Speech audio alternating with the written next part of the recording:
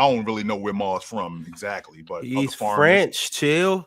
What's up, Mars? What's up, brother? How you running this morning? Player's Choice. We are brought to you by PrizePicks, and we got so much to unpack from this weekend. You know how our Monday shows be. We got to talk about Anthony Davis and Jimmy Butler's debut performances.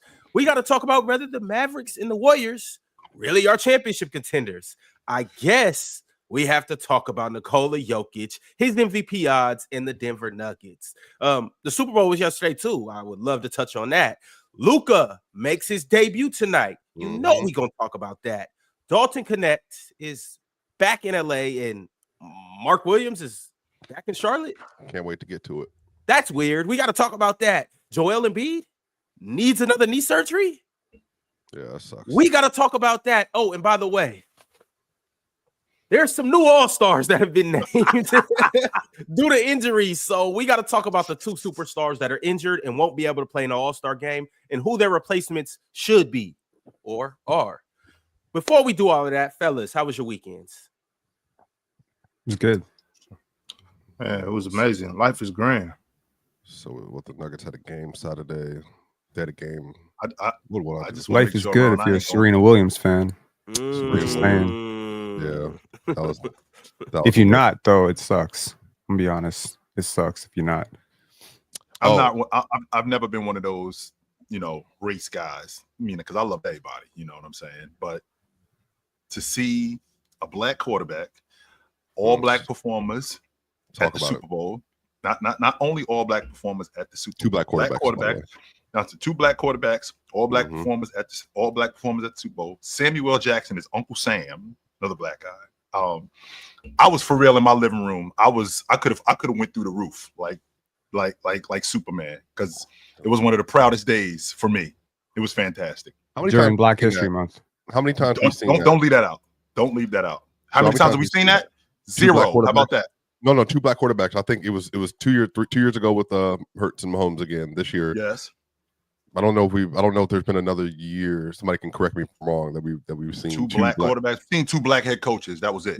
Yeah. That was Dungy and what's his name?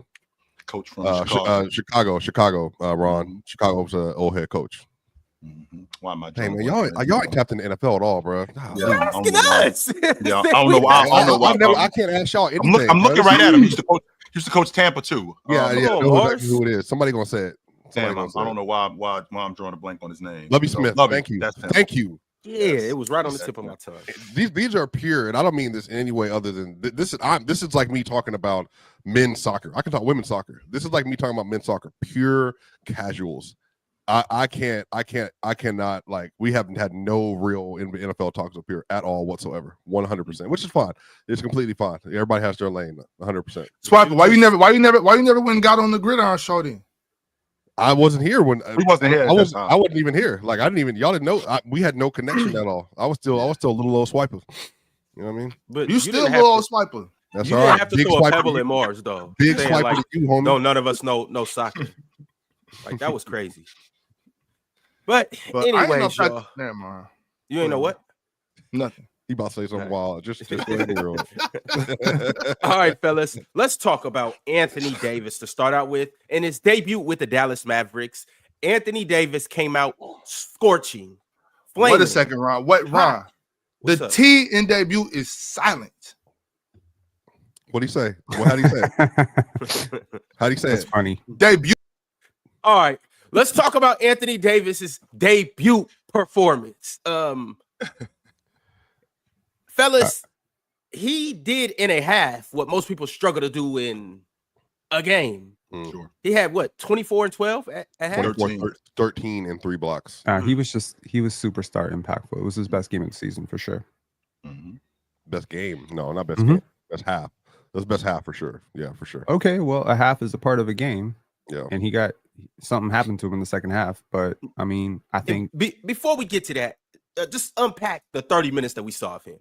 So Ron, what it looked to me like, it looked like the energy level was completely different. They already are. I thought they already had good energy guys, but when you got a big guy like Anthony Davis that's so switchable, that's so dynamic, that's so versatile as a defender, I feel like he enhances everything that they do. I think he brought a different energy to Najee Marshall. When I think about him playing with Kyrie Irving was competing more on the defensive end. And I've said this to you countless times, Ron. When you got a when you get a big guy behind you that's that good at the rim, that enhances what I do on the perimeter. Respect Derek Lively. He's been playing defense all year. Where you been not at? like Anthony not Davis. like AD though. But I know. But that was one half. Kyrie's locked in like this year. He's pretty locked in. And even if he is locked in, which is fair, Swiper, 100% he is locked in. But it's different playing with Anthony Davis than playing with Derek Lively. Derek Lively is still relatively green as a defender. As good as he is, he's not who Anthony Davis is. He doesn't understand switches. He doesn't understand schemes like Anthony Davis does. He doesn't understand action like Anthony Davis does. So when I'm running with a guy, it's like basketball. It's like anything when you're playing basketball. When I'm playing basketball with a better player, I might be more locked in with this guy than I am with somebody else. Even though if this guy is younger, I might be more locked in with this guy because I'm probably going to get more when I'm locked in with him. I feel like what Anthony Davis gave Dallas was something that they were missing: a pick and pop big, a pick and dive big. Not only a pick and pop big, a pick and dive big, a guy that we could go to on a box for buckets. Maxi Kleber? No, not Maxi Kleber. Swiper, I'm trying to work here. Can I can you focus, brother? Can you do that? Well, you did say pick and pop. My fault. Thank you. So a pick and pop and a pick and dive guy that's really good around the rim. So I mean, I like what's going on in Dallas. I do. I really like what they're doing. The fact that he got hurt, we'll get to that. We'll get to that in a little bit. But he looked great, and I think he made them look great as a defensive team. Chill. He looked like in the first half. When y'all ask, how did Anthony Davis look? Anthony Davis looked like the Mavericks won the trade. That's how Anthony Davis looked. Now, if we talk about what happened at the end of the third, that's the reason why people were saying what they were saying. Like, yeah, Luka's injury prone, but so is AD. Now, AD, are we at that point yet, Ron? Can we go there? No, we ain't there yet. It's false equivalence, man. I wouldn't say false equivalence. Were you not watching the game? You now the Mavericks finally got a star that plays on both sides of the court. He's producing on both sides of the court. And I want you to stay right there because you just mentioned that it looked like Dallas won the trade. Is it fair to say with seeing what Anthony Davis did, is won the trade the equivalent to we did the right thing? Because those two things aren't the same thing. Well, they didn't win the trade. I mean, but this is the thing, though. This is the thing. So when I said that, I said they said, how does Anthony Davis look? I said Anthony Davis looks like they won the trade.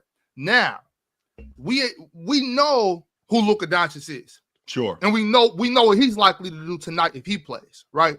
Yeah. So with that being said, we're going to see Luka Doncic tonight go crazy against the Jazz and be like, the Lakers won the trade. You know what I'm saying? So So when I make that statement, I'm not saying that like, it was a lopsided trade. Even though we all know I'm on this side of the fence with this trade, I feel one way about AD and one way about Luka Doncic.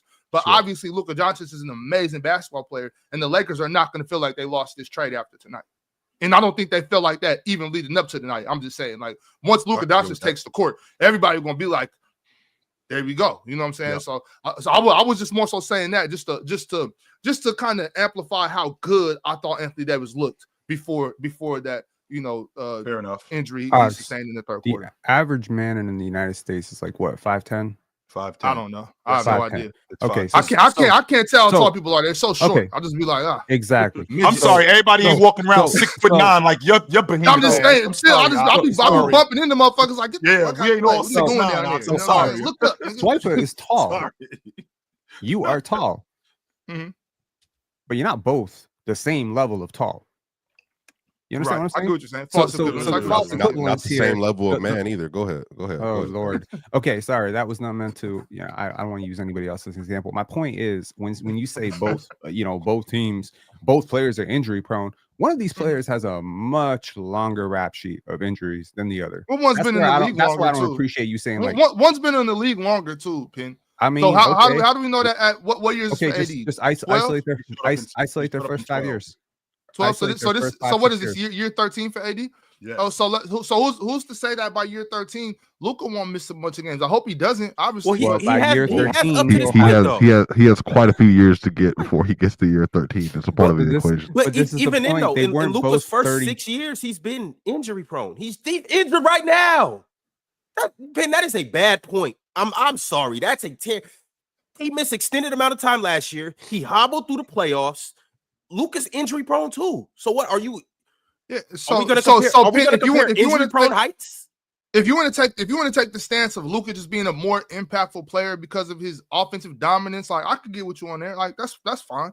You know what I'm saying? I won't give you much pushback there, but I will say that Luka has shown that he can get hurt as well. You know what I mean? So Okay. but y'all know I just like AD more than Luka. That's all. I just think AD brings more to the Yeah, I like team. Melo. I like Melo. I think the Lakers miss AD more than the Mavs miss Luka. Like Well, not this the year- fans, not the fans. I'm talking about on this the court. year, on the from a court. basketball standpoint, I think you have an argument because I think the Lakers Next are year, worse. next year too. because- Next year too. Well, respect. I think the Lakers are worse right now without AD because I think their defense is going to fall off a cliff. Now, I think their Lakers fans will say, "Well, last 15 games, our defense is this and this." I get it. I think over the stretch of the getting to the playoffs, they're going to have less solves across the board, I think, than they would with AD this year. But again, had they gotten a big that was a defensive anchor or a near defensive anchor, I think that would have helped them a lot. But I think they're just going to run into a lot of issues when time comes. But again, I'll say this on two ends. I told you, every single person that I've talked to that makes $1 from the NBA has asked the question, why in the world would Nico Harrison do this trade? It was a horrible trade for many different reasons, especially the collusion, just those two talking, all that other stuff. Cool. But on the other end, Docs, short term, we saw AD, y'all. I'm like, Okay. he looks spectacular Yes, in he that does. first half. Yo, Penn, he made Şengün look like, I'm not gonna lie to you, bro. I already think Şengün is gonna be. I just don't think he's gonna be a playoff big. Period. But if AD and Şengün had to see AD, bro, like. Yeah, it's a mismatch for sure. It's nasty. I mean, it was nasty, Penn, like what he was doing. But hold on, because I want to get to make sure I cover the game. Anthony Davis and Daniil Gafford and PJ Washington Shield, when they're all on the court together, they're so long. Yes. So big. And then you put Najee Marshall in there for Klay Thompson with Kyrie. Sure.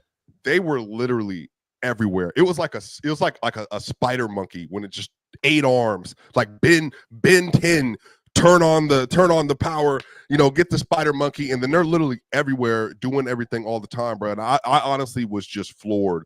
And on top of that, to your point, Chill, they were utilizing AD as a shooter a little bit more. Like he can shoot a little bit, but he obviously was feeling hot, so he was making 3-pointers. He was 2-2 from the 3-point line.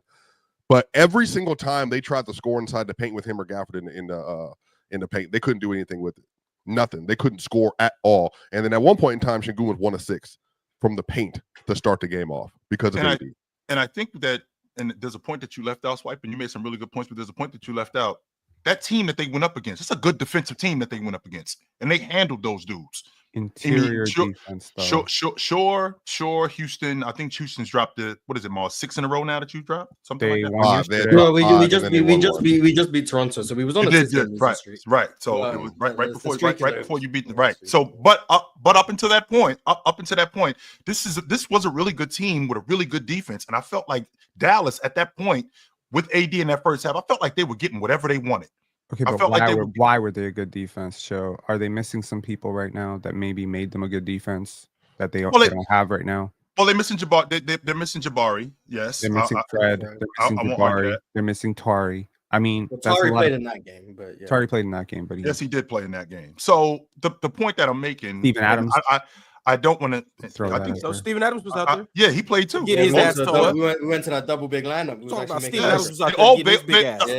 I think Jabari was the only one who wasn't there. Yeah, I think. Was he the only one who missed that game? I think Jabari was Fred. And Jabari is not making an impact on Anthony Davis. So I don't think so. Not a huge one. And he's not. But you know what this conversation is telling me? This conversation is telling me that what Nico Harrison and the Adelson people have done has worked. It tells me what they've done, which is successfully try and convince the entire world that Luka is some bum who's injury prone, has worked. And I want to give you the numbers on that because that's not fair, Pin. No, because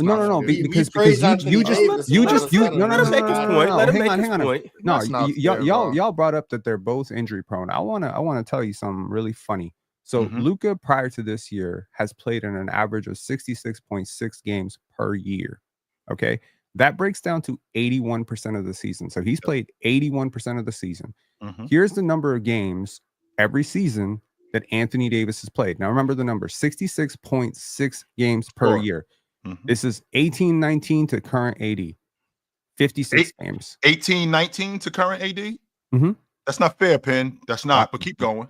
But you didn't trade, you didn't trade for 16-17 AD. I'm not comparing who these players were at 24. I'm comparing who they are today. That's what I'm saying. What Luka did you trade? You didn't trade for 20. I'm saying listen to you for 30 seconds to leave out critical details. Sure. Okay. So Ox, if you and I want a clear understanding of who you and I are today, it doesn't make sense for me to use 2014 me versus 2019 you. I'll use the same sample size, the same years. How about we just compare 2025 me and 2025 you? Well, and to your point, and the reason why that's not fair, Penn, because you're comparing an 19-year-old who showed up in 2018, 2019 to a 24, 25-year-old. Those two things are not the same. Anthony Davis's first 4 years in the league, 64 games, 66 games, 67, five of the 6 seasons. The five of the 6 seasons he played in New Orleans, he averaged 68 games. To your point, that's over 80% of the season that he's playing. What's that got to do with where they are in their careers now, though? Yeah, but that's my point. Some players do get a little bit more injury prone as they get older, right? Do they not? We can agree to that. Yeah, some do. No, okay, all of them do. Okay, perfect. So comparing Anthony Davis at 31 to 24-year-old Anthony Davis is less relevant than comparing him to 28, 29, and 30-year-old Anthony Davis. We can agree on that, right? Yes. So what I'm trying to say is 66.6 games played for Luka. Okay, you can argue right now. I'm not arguing that he won't fall off a cliff next year. I'm not arguing that he won't fall off a cliff in 2 years. I'm saying this is who he's been for 5 years, which is 66.6 games per year. This injury-prone bum has played 81%, and he has been an amazing playoff performer. Anthony Davis over the last 6 years. 56 games, 62 games, 36 games, 40 games, 56 games, and 76 games. And I also want to point out that one of those seasons was shortened. So technically, Luka's played more than 81% of his games. He's played more like 82.5. My point is, this narrative does not check. Also, history tells us big men tend to be a little bit more injury prone. The bigger you are, the more you tend to break down. So when you compare this trade, honestly, the only way this trade would have made sense, if I'm being honest, is if Luka was a 31-year-old and Anthony Davis was a 25-year-old. That's my point. The last 3 seasons, well, this season and then the previous 2 seasons, AD's played more games than Luka. So you're using the benefit of Luka's first 3 seasons. We could just make the same argument that Luka in the last 3 seasons has been just as injury prone, if not more injury prone than Anthony Davis. That's the point Ox was trying to get to, that you're using Luka's first 3 seasons, and he's not the same player he was from 19 to 21. The same way Anthony Davis is not the same player he was from 19 to 25. If you use the last 3 seasons, which are probably more indicative of who both of them are in terms of their physical shape, Anthony Davis has played more games than Luka Doncic in the regular season. Are you including this? They played the same amount of postseason games. Are you including? And Morris, let's not act like he left that out on accident or that was an oversight. No, he left that out. He can see it. He can see it. Like, you left that out on purpose for a reason to push this agenda you're trying to push. And can we I'm not also pushing any agenda? Can you find a person in the world who thinks Luka Doncic is more injury prone than Anthony Davis? But Penn, can we put some context on it with Anthony Davis? So first of all, when the next year when he played those 36 games after they won the championship, just so we clear, he had 6 weeks before training camp started. 6 weeks. Not even that. And Slovenia wasn't that long swipe? Everybody from the conference finals went back a month later to play basketball. So less than 6 weeks. We had to get right back to it. Miami dealt with a lot of injuries that next season. And so every single team from the conference finals on had a major injury. Season in 2020 dealt with a lot of injuries. Who's played more Hang on. Who's played more playoff games over the last 3 years 4 years. Since 23, like I said, Anthony Davis has played 21 playoff games. Well, Dallas is going deep into the playoffs. That's not but No, they but also they missed the They playoffs also in one missed of the those playoffs in years. 2023. Right. So Luka's played 22 playoff games since Because of last year. 23 season, and Anthony Davis has played 21. It's a 1 game difference. Yeah, because of last year. AD Yes. ran into the Nuggets twice. Yeah, and then Luka had a long run. Like Yes, a sir. one long run. So I think that's also in 23 AD played 16 games, and last year he played 5 because he lost. I think. in round Oh, one. here's the thing: Anthony the Davis games has never is- been accused of being out of shape. Am I right? I don't think Anthony Davis has ever been accused No, of he being works fat hard. or out of shape. He works hard. He comes into. So this is him trying his best. Sure. That's the theory. Okay. This is just genetics. This is the physics of being that long, that big, his growth spurt. I don't know what it is. I'm not a doctor. What I'm saying is the hope, at least in Dallas or at least in LA, would be if we can get Luka in better shape, he can be a little bit more durable than he's been the last few years. That's the Ken, hope. why are we having it? But the question is that why are we having this conversation about his physical condition in year 7? Like, this is something that we deal with early. Like, when you first show up in the league in year 1, year 2, you got baby fat on you or something like that. We can get you in better shape. Luka's been in the league almost a decade, and we're still having this conversation about him. So is this something that we're going to have to? Is this something that we're going to have to just deal with him? Is that what it is? Is that what it is? I just think almost the decade. positioning. I think the 7 positioning of the years. Mavs, which is where Penn is trying to come from. But I've been taking a different angle with this altogether. The Mavs positioning and their logic to me is what was actually flawed.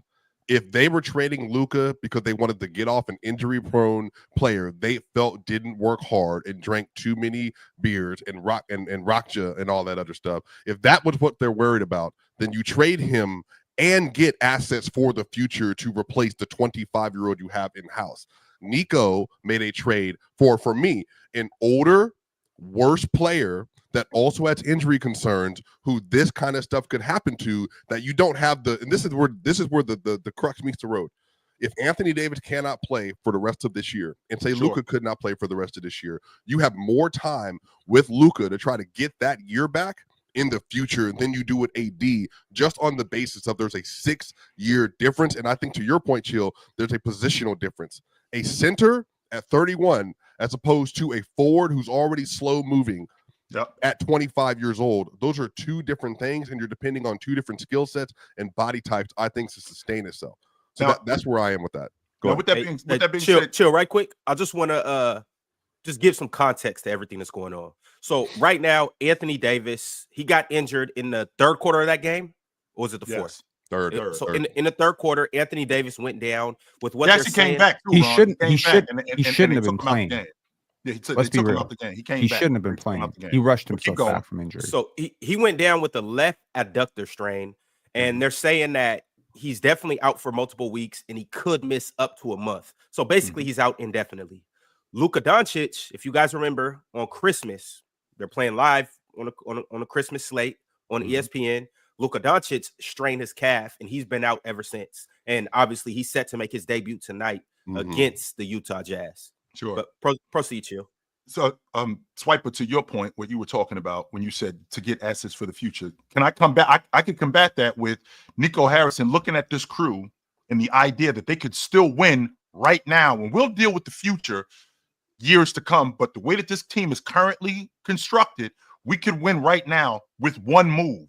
We still have a window with one move, as opposed to getting a bunch of different assets years from now that are going to calculate into But maybe winning. if I can counter So your if point, I can, this year, Chill, I also agree with you that if you're saying that this year, if they're healthy based on their current roster construction, not just this year, Swiper. I'm thinking. No, but I'm 3 saying years. next year. The issue is if the Lakers retool with their asset, because now they have Dalton Connect back, they have their 1st round pick back, Sure. and they have the LA vibes. So they're LA. Someone's going to throw them a lifeline for whatever reason. They're going to get something from Portland or whoever, and they get another big that's a rim runner and a rim protector, right? And then they got LeBron, maybe in his last year of his prime. Who knows? I don't know. Maybe he has another 3 years in him.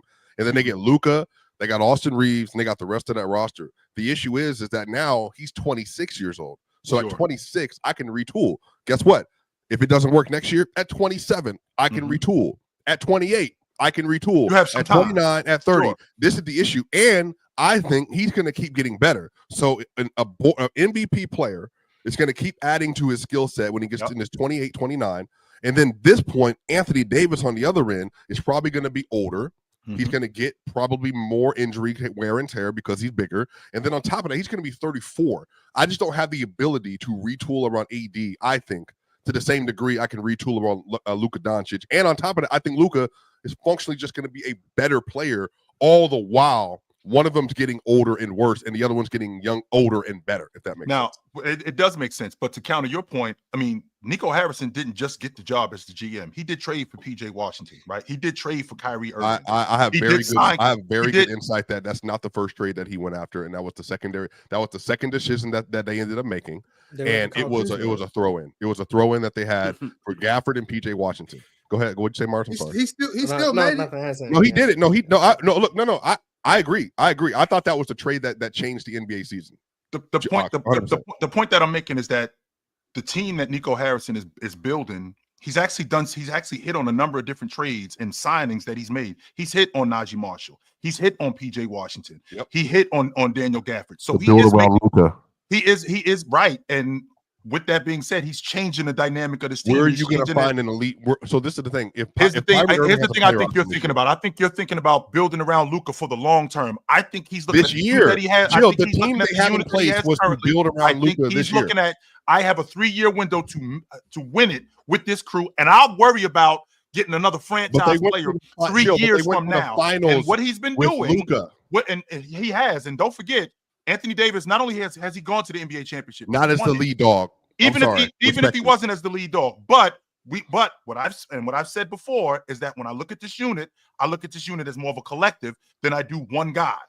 And I think Nico Harrison looked at these guys. I think Nico Harrison looked at Luka like one guy, and he thought that I have a better opportunity to win it. Sure, let me ask you this question: Is it not a priority though? Because this is why I'm saying we're having to really have a conversation about NBA history. I still think that finding an elite on-ball playmaking, elite on-ball shooting, elite post player. He's a really good off-ball scorer as well when he needs to be. And a player that can initiate and change the game to the level of degree that Luka can at the size that he has. You don't find those players growing on trees, and I would be willing to make an argument. It's harder for you to find a Luka than it is for you to find an Anthony Davis. And the problem that I have with this is that replacing that, I think it's going to be much more difficult to do because Luka in a playoff setting, because of his skill set, and again, open for discussion. I want to hear that. I think he raises their ceiling in ways that Anthony Davis will not be able to, should they be in a situation where Luka, or they need a player that's going to have to rely on true all-time elite level shot making to pull us through in a 4-quarter setting. Anthony Davis doesn't have that. They got Kyrie.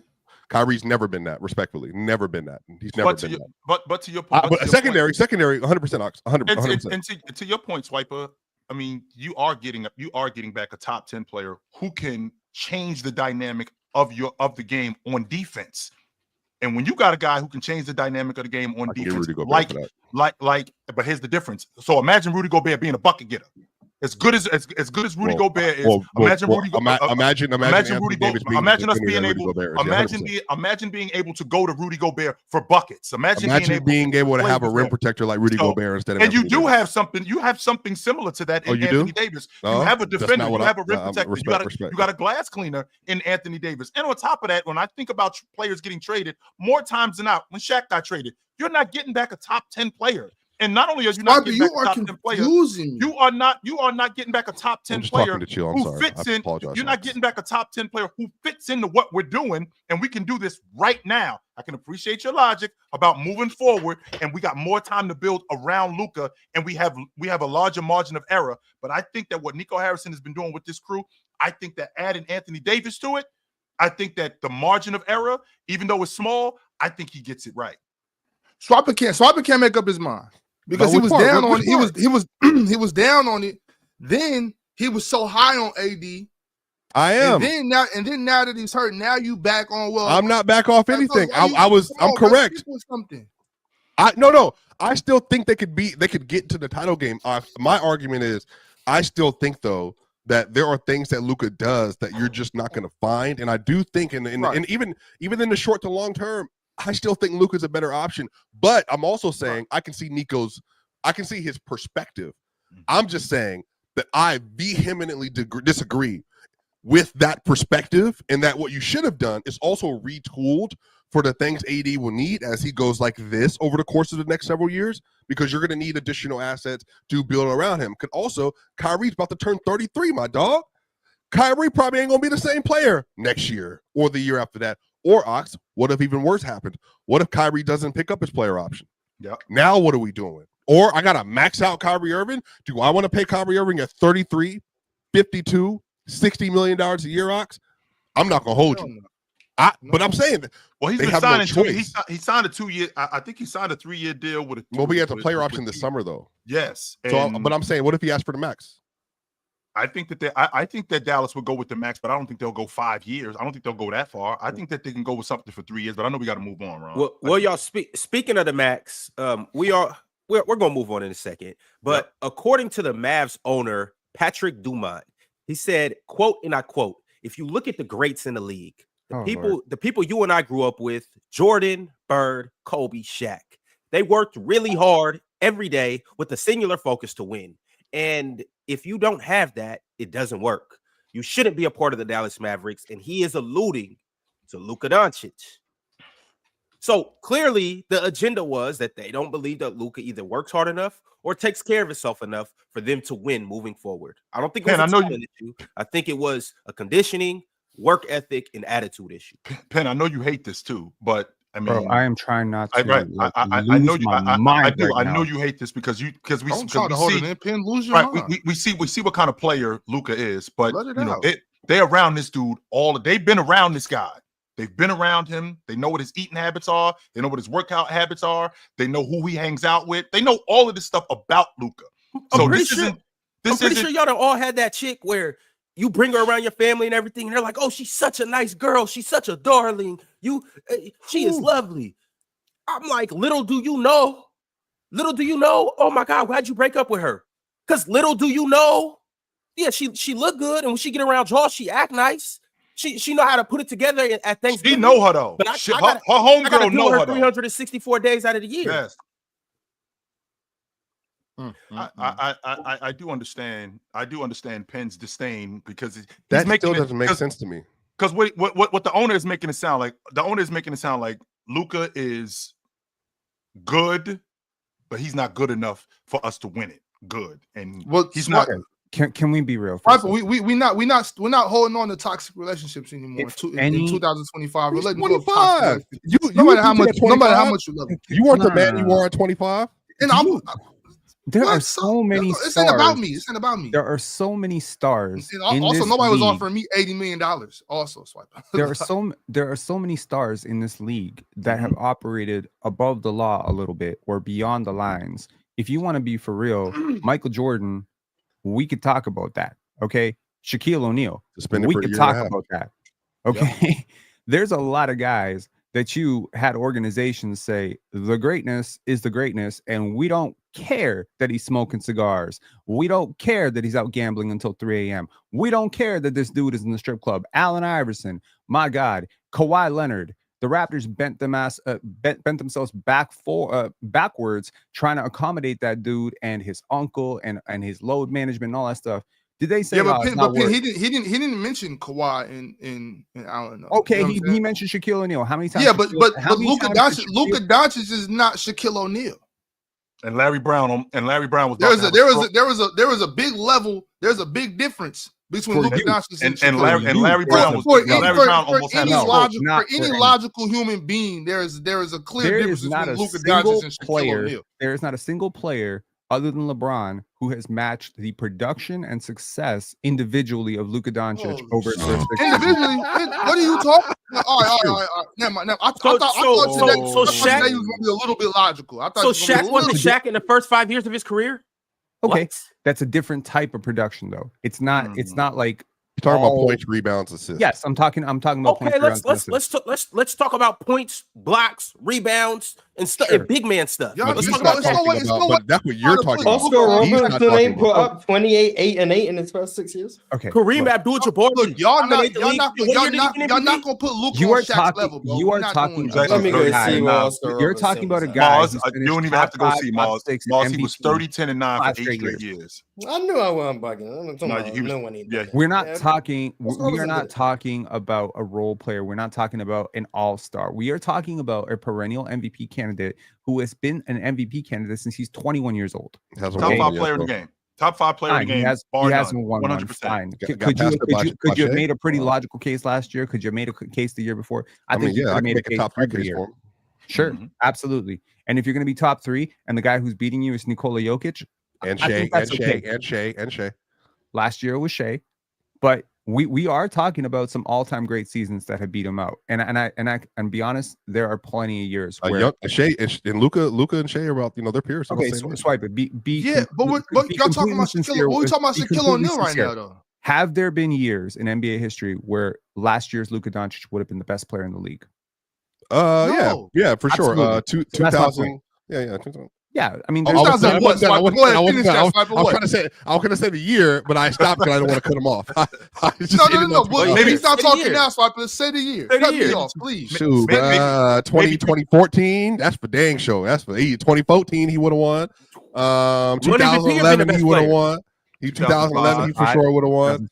2005. Shoot, I'm not gonna hold. Mhm. 2008. Luka might. Oh no, just playing. Relax, Wiper. Chill out. Be relaxed. All right, Relax. fellas, we gotta take a momentary pause to acknowledge the best app on planet Earth. It's called PrizePicks, and you can run your game, control your game, and win your game. When you download PrizePicks and use the promo code PANO, you will instantly get $50 back when you play just $5 in promo funds. PrizePicks makes it so easy that even your granny can do it. Even an ox could do it. Even a lonely Brit can do it. So this is how you do it. You download the app. You choose 2 or more players in the sport that you would like to choose or your favorite player projections. When you get those player projections, you go more or you go less. And then you send the contest through and you wait till after the games and you wait till everything hits and then you hit the bank. It's very easy. Once again, download the PrizePicks app, use promo code PANO, and you will have a glorious time like we do every day on the panel. And we're going to show you guys how it's done right here and now. Mhm. I suppose I'll go first. I'll address the elephant in the room. Luka Doncic is obviously coming back, and he is coming off a calf injury, and he will be on a minutes restriction, or he will be sluggish, or he will be a little rusty. So whatever the Luka PRA is, give me less. Mhm. I know y'all think Luka's gonna come back and give y'all a 40-point triple-double. Whoa. I'm here to let you guys know that unfortunately he has some things he has By to the way, figure out. Luka's points went up. Yesterday I got them at 25 and a half. So it's they're banking on it's more than likely gonna be around 26. So I don't know how you feel about that. I got it at 25 and a half. I got LeBron less because I think he's Swiper, I got it at 21.5. Less. Mm. Well, we play the Mavericks tonight. AD's out. PRA for DeMontis more. Okay. Mm. I see Chill, that you PRA ready? getting lower and lower. Damn. Mm. Mars, how you feel about Anthony Edwards versus Cleveland points, rebounds, and assists? That's where I was over. going actually. Yeah, 43. I have So I got it at 43, but Damn. So what's that? 32, 6, and 5? yeah, but I'm saying that I think he might get 34, 35 tonight. He might. They don't have any POA to Who's real quick, y'all? Who's picking right now? Chill or Yeah, it's on chill. Yeah, I want to see Donovan Mitchell's line because I want to take a look at that Minnesota. Who he's scoring on? What do you mean? Who's he scoring? He had 35 the last time they played them in Minnesota. Stomped Yeah, them. all right. Yes. It's either 35 or 38 the last time when they was in Minnesota. He lit fire to them. So what you rocking with, Chip? That you going PRA, demon points that's 32 and a half. Let's Bobby see. Portis turned 30 today. Scroll up a little Bobby bit. Portis. Let's see what I'm dealing with. 4.5 assists. You know what? I actually like that. Wait a minute. What do we have here? Combined? Yeah, that's what I was thinking. Yeah, I'll take the more on that. Yeah. Yes, I'll take the more on that. Morris? Yeah, someone in the chat said pick Bobby Portis, so I'm gonna go with Bobby Portis more. More on what? Let's see what them demon points. Let's see them demon points. Oh Lord. There's no Giannis. He gonna be starting. Let's see about it. Let's see about it. 19 and a half. 20? Oh yeah. Come on. 23. Yeah. Give me the 23. Give me the 23. Oh my God. Bobby Portis.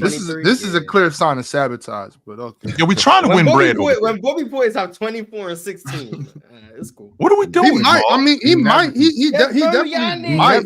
You're never gonna win a parlay with Judas up here. Ever. Judas is nuts. Judas is crazy. Put up numbers, but I'm the bad guy. Apparently. Zoom that in, Ox. Zoom that in. All right, we got Luka Doncic, 41.5 PRA. Keep in mind he is fresh off an injury. He hasn't played since Christmas, so we're gonna take the less on Luka. Domantas Sabonis, more than 39.5 PRA. Anthony Edwards and Donovan Mitchell, a combo with the points, 54.5. We going Mo. And last but not least, we got Bobby Portis going more. It's a demon pick, 22.5. The Bucks finna cook. And wait, Portis did you get mine? What you doing? See, Swiper. All right, bet. No, I'm cool. I'll keep mine to myself. Then. No. I'll send you it again tonight, and then you can show it tomorrow. All right, Swiper. What no. Go ahead. Me versus PC. Straight smokes that's crazy. I'm wrong. Submit this one. Send that through. Bobby Portis put 10 on that, though. 4 games with 23 or more. 3 of them come without Giannis. Like I'm betting on the odds of when he plays without Giannis, he scores a lot of points. That's it's a very reasonable assumption. You guys haters, but it's cool. Haters gonna hate. All right, y'all. I got a couple super chats. We got a couple super chats. Before I get to these, you guys make sure to like the video, make sure to subscribe, and make sure to become a member. Be a Hall of Famer. Don't just be a member. Be a Hall of Famer. My man Hunter sent through a super chat. He said, took one game, and the Mavs fans got the full Anthony Davis experience. Boo! Corny. Boo! He kind of spitting though, Chill. No, he ain't. No, he isn't. You got to think about it. We got the best of AD right there. I'm talking about going crazy in the first half, and then he goes out with an injury. That is so AD. Like that. Played 76 games last year. Was on his way to playing 90% of the games this year too. So I just want. But he did. But AD did support. AD did support the propaganda against him. He did support it the other night. I mean, I don't know if this is an indication of how the Mavericks plan to use Anthony Davis, but if you look at his entire game log for this year, this game was such an outlier from the rest of the games, specifically in one category, which was assist percentage. So his highest assist percentage prior to this game was 33.4, 33.1, 32.1, 31.6. This game, those were the highest. I mean, the lowest goes right into the single digits. This was 46.2. So it shows me that maybe they intend to use him more as a playmaker. Now, this is not actually uncommon for teams that are implementing a new star player because obviously he doesn't know his teammates as well. So right now it makes more sense to run the ball through him a little bit. But I wonder if they'll keep it that way. And maybe given that Jason Kidd has been sort of heliocentric with Giannis, a little bit heliocentric with, with Luka, I wonder if they try to unlock AD's playmaking potential and really just try to turn him into Luka. Like I know how y'all version of Luka, but yeah. I know how y'all feel about him. I know how y'all feel about him on the block and as a passer, and it's warranted. He's not as good.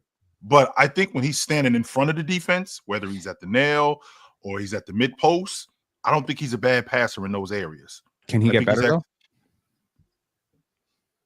I don't know if he can get better more than the other guys can Like get 10%. better. Could he get 10% better? I mean, he's being coached by one of the greatest passers Yes, ever. I think he So- can be. I think he can be put in better positions. How about that? I mean, he used Yeah. to play point guard. I mean, I feel like And then you know, go to you don't sixth you don't, man. you don't you don't use it, you lose it. Like I Yes. feel like if this is to work out, then Anthony Davis has to be relatively healthy. I'm not saying it's ever going to work out in the sense that I'm ever going to sit up here and say, oh, I guess Dallas won the trade, unless like Luka has a career-ending injury, in which case, damn, fluke. But I think if Anthony Davis can be unlocked as maybe more than what he's been in the past, right? Like I think that could maybe be it. Like if you could use him, I don't want to say like Giannis because very different types of players, but a little bit like uptick the usage. Plus he's a defensive anchor. Like now we're really talking like Bill Russell shit. It looked like that was the plan. I mean, I know y'all seen that first play of the game. Anthony Davis caught it, opened up, the double came, and he threw a alley-oop to Gafford. Very first play as a Maverick. Yo, that play right there was special, and it also showed you like this might be why Anthony Davis has been asking to play with a center. Maybe I can unlock a little bit more of my playmaking if I have a big that I can drop the ball down to, play high-low with, a big that I can throw the ball up to. And so, like, he got his wish, and he looked amazing with his wish. So maybe he's been right this whole time.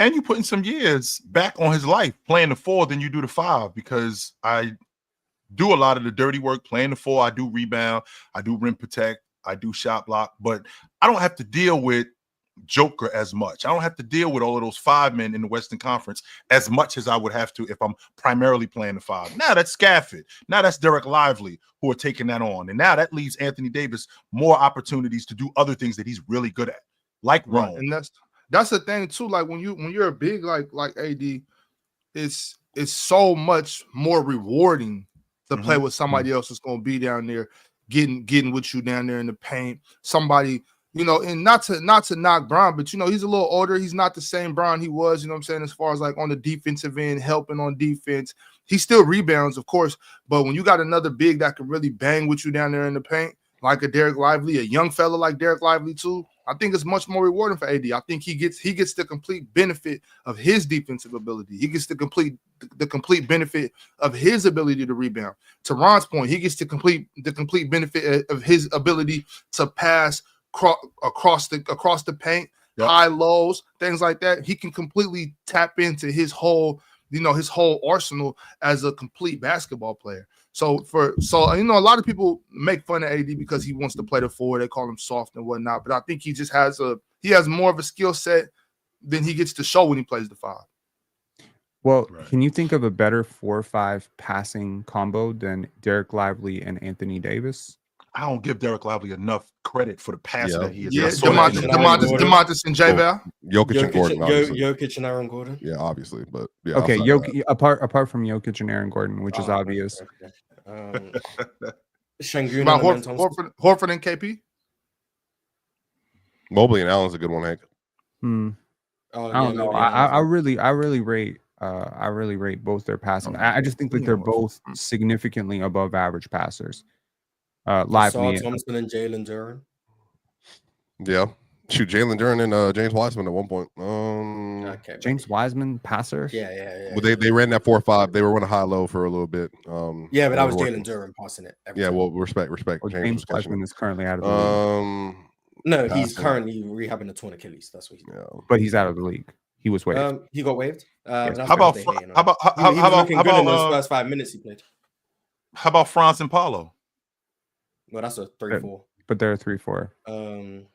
But, my point is, like, modern analytics really do value playmaking at the big position because it is so important, right? In the center of the court, that your big can make good decisions, because it's so apparent when your big can't make good decisions in the middle of the court, especially because of rim pressure and how much rim pressure you put. Like, the rim pressure without the playmaking, to me, is way more useless. It's rim pressure plus playmaking that creates effectively offense, right? You put pressure on the most important part of the floor, and then you play make out of those situations. It's why you like players like Anthony Edwards. It's why you like LeBron. Frankly, if you can't get to the rim, then you can't even exploit that. But if you can get to the rim, but you can't play make out of that, then those collapses at the rim don't matter as much. So Derek Lively and Anthony Davis force a double at the rim, right? They can both play make in the short roll. And I think they can both eventually play make from the top of the floor too. I think that's the most interesting part of this trade for me is like the 4-5 combo, especially if Derek Lively takes another step. All right, y'all. We're going to transition and talk about Luka's debut tonight. But before we talk about Luka, y'all need to focus on debuting a better diet. But you can do this right at Factor Meals. You know, they have easy, chef-made gourmet meals that make eating well very easy. Are you ready to optimize your nutrition this year? Well, with Factor Meals, they are dietitian-approved meals ready to heat and eat in 2 minutes so you can fuel right and feel great no matter what life throws at you. Factor arrives fresh and fully prepared, perfect for any active, busy lifestyle. You can lose up to 8 pounds, Swiper, in 8 weeks with Factor Keto Meals based on randomized, controlled, clinical trial with Factor Keto. Results will vary depending on your diet and exercise, but do your best, be your best, and you will have your best with Factor Meals. With 40 options across 8 dietary preferences on the menu each week, it's easy to pick meals tailored exactly for your goals. Choose from preferences like Calorie Smart, Protein Plus, or even Keto. Factor can help you feel your best all day long with wholesome smoothies, breakfast, grab-and-go snacks, and more little sneaky, beautiful add-ons. Reach your goals this year with ingredients you can trust and convenience that you just, quite frankly, can't beat. Eat smart with Factor. Get started with factormeals.com/playerschoice50 off. And use code PlayersChoice50 off to get 50% off your first box plus free shipping and handling. That's code PlayersChoice50 off. All one word. At factormeals.com/PlayersChoice50 off to get 50% off plus free shipping on your first box. So what are you waiting for? Go lose those 8 pounds, Swiper. All right, y'all. Always remember, you got to heat it to eat it. Really quickly, Swiper.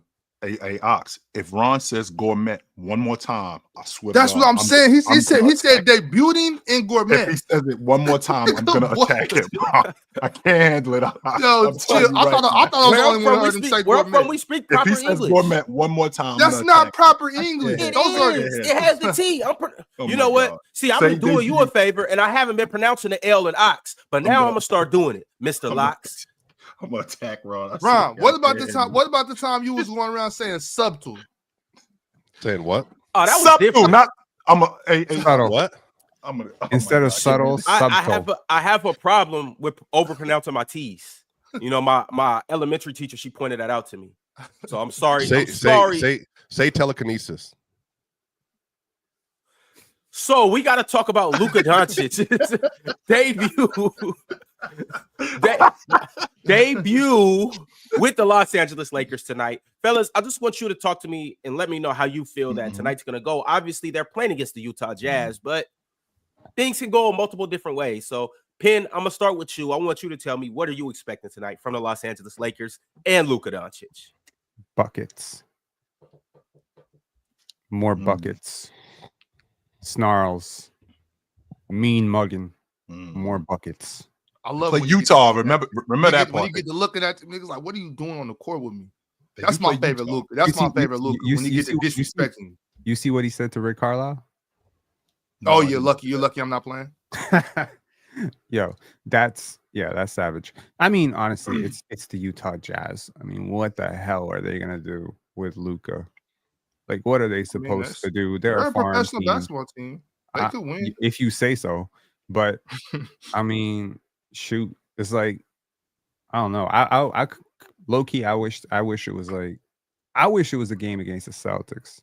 If the NBA could change the schedule, like at some point, we are going to see that. But don't you want him to win in his debut? Do I want him? I don't care about win. I want a good game. I don't care about him winning. It's what, Ox? It is what? But to answer your question, Ron, I think that because you know how I feel about calf injuries, I think that they're going to limit his minutes. I don't think he's going to play that much tonight. I think they'll bring him along slow. There's going to be some rust there, but I expect to see a lot because I saw this with James and Austin Reaves. I expect to see a lot of pick and dive between James and Luka. I expect to see a lot of pick and short roll with Luka and James. And I also expect to see a lot of just pick and roll with James and Luka just to see how that works, how that dynamic works. And on top of that, I see this group with the Lakers. I mean, they become defense by committee, and all of them have now gang rebound. All of them seem to be communicating a little bit more. James has a newfound energy running with them now. So I think Luka's going to be on limited minutes, but I expect a lot of pick and roll action between both him and James. I think it's going to be good. Yeah, I'm trying to see like how Luka tends to do after a little bit of a layoff, and I'm seeing he's usually good. He's usually really good. Yep, he should be. And considering, I mean, it's his debut. Is this in Los Angeles or is this in Utah? Utah, I believe. Okay, so it's in Utah, so he's on the road.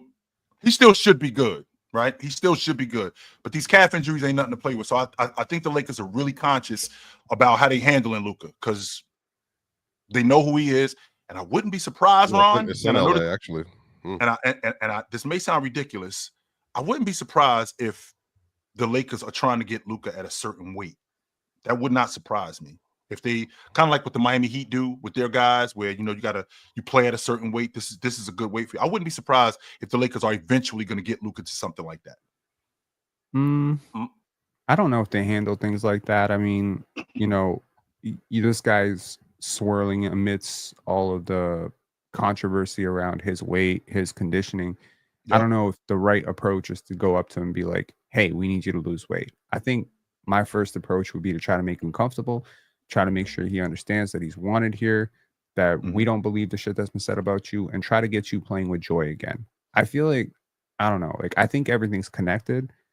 I've always believed that things are connected. I believe like people who are in unhappy situations tend to stagnate, right? There's like, I was watching this reel, it was like a science reel, and saying like, if you're around low performers, your performance drops. If you're in negative environments, your mood drops. Your like dopamine levels drop, your cortisol levels drop. So I just feel like being in an optimistic situation, there's almost always a honeymoon period where you want to prove to the new fan base, and it's a huge fan base. Laker fans are global. It's one of the largest fan bases in the world. So I think he's got a lot to prove. Sacramento. Yeah, like I feel like if at this point I need to tell Luka to get in shape, we've already lost this trade. Like I don't think I need to say that. What's understood doesn't need to be said, right? He knows. And I feel like we could dead the logic. Well, Luka is ball dominant, James is ball dominant, and I think we already had this conversation. I think this is the most James has played off the ball this season in his career. Even when he was playing with Kyrie and Kyrie was taking all the shots, so he can play off the basketball, especially at this juncture of his career. He can definitely play off the ball. And Luka, I think Luka, last time I checked, he was holding the ball for 4.5 seconds per possession. So, I mean, James can play off the ball, especially with that pick and dive and that pick and short roll action. I think it could work. I do. Don't be surprised if this unlocks like another 2 years of LeBron James too. Like playing with the basketball. He better hurry up and retire. I am watching this for 2 years. I'm with you on this, Mars. I think this is a 36-month plan, Mars. I don't think he's around 2 years from now. I don't. I think we got this year. Yeah, but Vince Carter played for 44, and LeBron James is a hell of a lot better than him. I think you need to really consider the fact that LeBron, if he wanted to, again, if he just wants to stat pad on his victory tour right now and all the stats and everything, I mean, playing off of Luka is a completely different role in terms of what it demands physically. If you can put competent defense around him, and I think like, to piggyback off of what Swiper was saying, I don't think people appreciate how many players are going to come to the Lakers next year, but I feel like it's going to be a lot. This year, we saw so many players that typically in the past would have been mid-level or partial or almost nearly full mid-level guys take minimum veteran guarantees. Guys like Gary Trent Jr., guys like Tyus Jones. I don't think I've ever looked at Gary Trent Jr. and Tyus Jones the last couple of years and been like, they're heading for minimums. The new CBA is that. It is daunting for guys who are mid. And what the Lakers really desperately need right now is one more thing, which thankfully, because that trade fell through, they actually have the assets to get that one more thing. And who knows, maybe Austin Reaves could become that one more thing. I don't know. And they need depth. They need pieces that make sense around these two players. And by the way, like, you have two of the best passers of all time Why wouldn't you want to be a role player feeding off of that? Why wouldn't you want to be, if I'm a big right now, if I'm an agent that represents a big, that's a rim running big that maybe, is looking for some opportunity. My first thing is I want a minimum deal with the Lakers. Get me a minimum deal with the Lakers. I'm literally going to make that money off anyways. Like I'm going to make it up in off-court deals and just being in the bigger market. My next contract's probably going to be huge. And I'm just there for a year and a half or a year to just do my thing. Like, I'm sorry. I have a feeling players might take less to go into this situation. I don't think people fully appreciate like how much this shifts the free agent market next year. Mars, can you talk to me about how what you're expecting tonight from the Lakers and Luka? I've seen Luka play Utah twice this season. One of them was when he did that stuff on defense. Oh yeah. What stuff is that, Mars, that you're talking about? I'm sorry. I just want to make sure that I'm understanding. I want to make sure I'm following you. What stuff were you talking about, Mars? Yeah. What stuff? He had a brain freeze, I guess. I don't know. Something happens that game, and then the other one was he just played terribly. So Utah against Luka have been interesting games. I think this one will be interesting. I'm very curious to see how they look defensively. When a player just joins a new team, they tend to be the most engaged they ever will be. So I expect Luka to be given maximum effort defensively. I think he'll probably look good on defense tonight. LeBron's looked a lot better on defense as of late too. Rejuvenated LeBron. So I actually think that defense is going to look like amazing. And then we're going to be back here tomorrow like, oh, is this Lakers defense sustainable? Are they a real good defense? Did they even need a big? Like that's what we're going to be here tomorrow. And offensively, I expect him to, I mean, it all comes down to is he going to make some threes? I think like he's going to play like Luka. He's going to control the game, make great decisions in pick and roll. But either he goes 4 for 11 from 3 or he has a great game and he goes like 7 for 12 from 3. And it's like, oh my God, Luka at 36. So that's how I think it's going to go. And I think the Lakers are going to win comfortably. I think this game will be comfortable going into the fourth. I expect Luka to play like, I don't know, 20. They should handle Utah. 28 minutes. I don't think it will take that long for them to win this game. And it will look very convincing. And then the Lakers fans will be here tomorrow talking about they're going to the finals and all that stuff. And it'll be great. Yeah, that's what I think. They're saying that now. So yeah, but now they have the game of evidence. Well, I mean, with that being said, the Lakers are 9-10 or 9-1 in their last 10, 6-0 since Jared Vanderbilt's return. They have the second-ranked defense in the last 10 games. It seems like they're putting everything together. Austin Reaves, my man, I'm gonna read a super chat because my man wanted me to mention Austin Reaves. Nahal Shetty said, "I see no love for Austin Reaves. Dude had a career high against Ron's boy, and he's having a better season than some of the All-Stars." Shout out All-Stars. I don't know which All-Stars he's talking about, but yeah, shout out to Austin Reaves. He is having a great year. It's gonna be interesting to see how he fits into all of this. But yeah, he's having an amazing year. I think he's improved a lot. Sneaky candidate for most improved player, by the way. I don't think he's gonna ever win. Really? So I do think he's improved. Austin going crazy this year. Yeah, but I'm saying I think Austin been nice. Maybe statistically he might be jumping. He been. I don't even know if he's changed that much statistically. I can look, but I just think he's like what 16, I think 16, 17 a game, something like that. No, he's 19 a game. So he's averaging better. He's averaging 19, 4, and 6. So last year he averaged 16, 4, and 5.5. So he's he's going like 3 points a game, but he looks a lot better. He looks way better. Yes. Way better. It looks like night and day. What about this game y'all think has changed? He's shooting for me it's the ability to just the array of shots he can make. Like last year, he was very limited in terms of what he could do away from the ball, because if it's not a spot-up three, he's not shooting those threes off the move, off dribble handoffs and stuff. This year he's doing that. Or coming off of pick and rolls, there was a lot of snake and getting to the mid-range. Now he's shooting them pull-up threes out of pick and roll. So like his shooting arsenal, I think, has really diversified, which has added another layer to his game.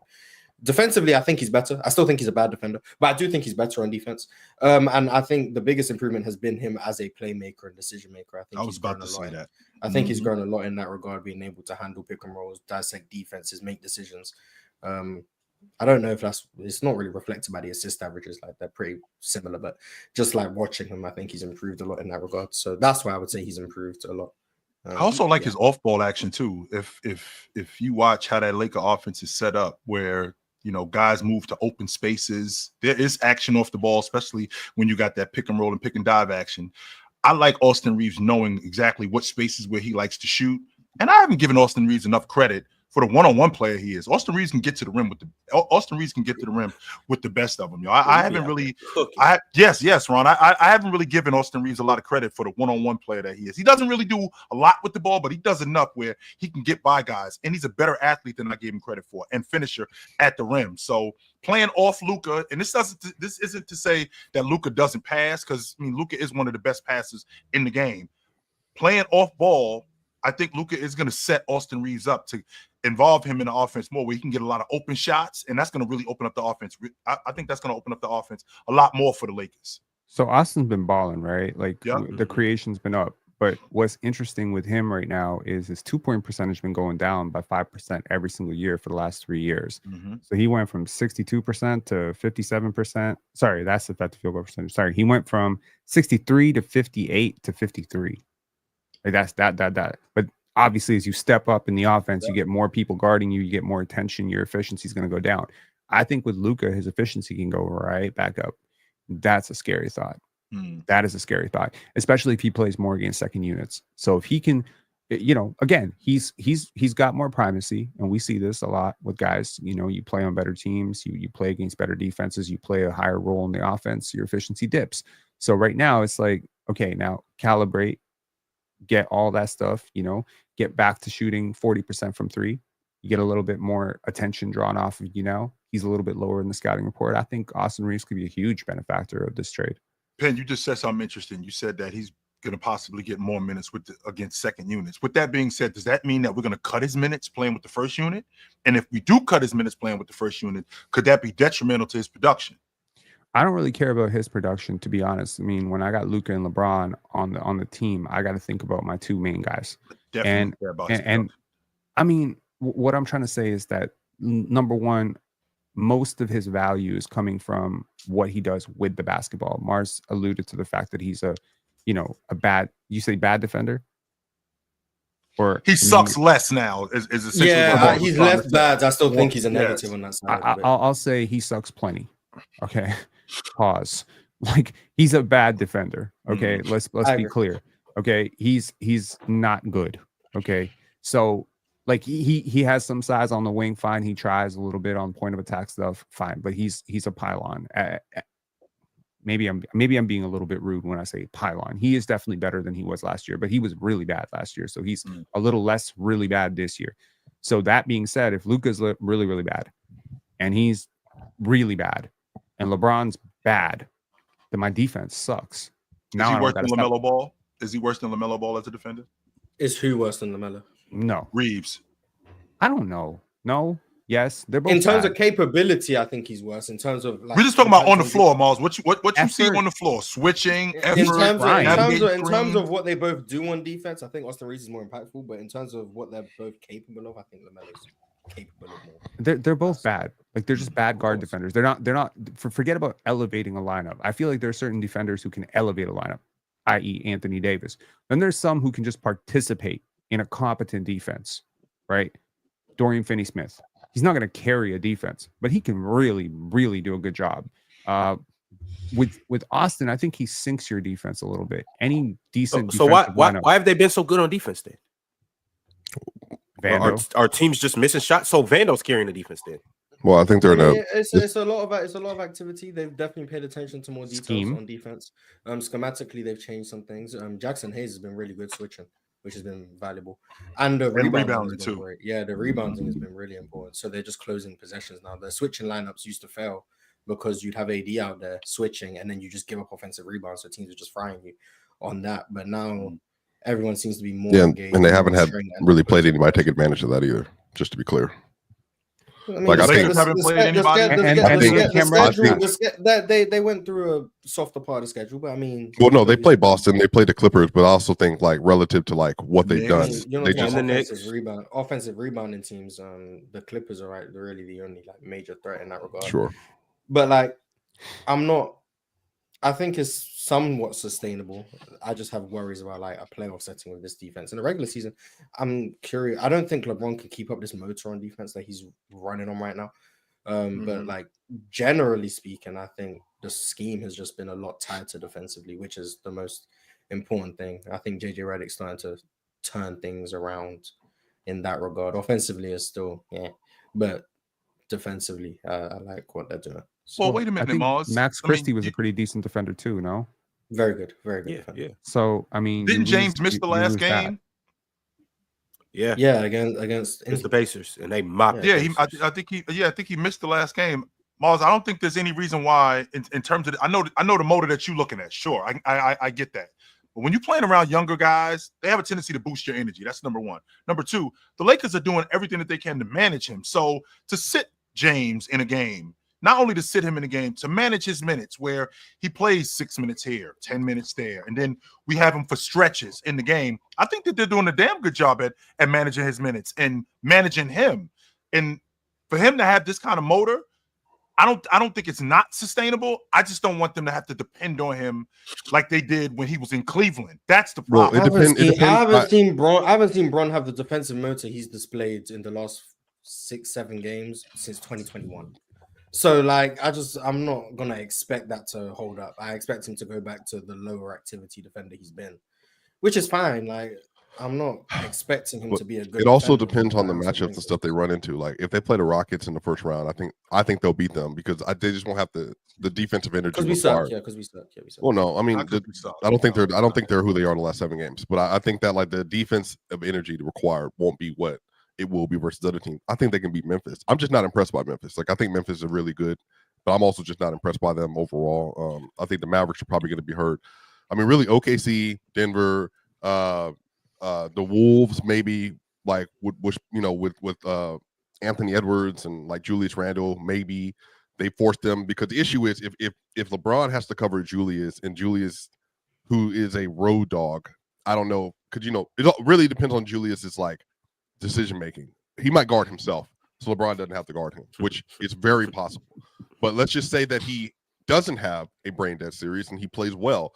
Well, then I think that's a lot of effort given how big he is. And then obviously Rudy, Nas, they have some different options. They're playing very well as of late. But honestly, y'all, I'm not going to lie to you.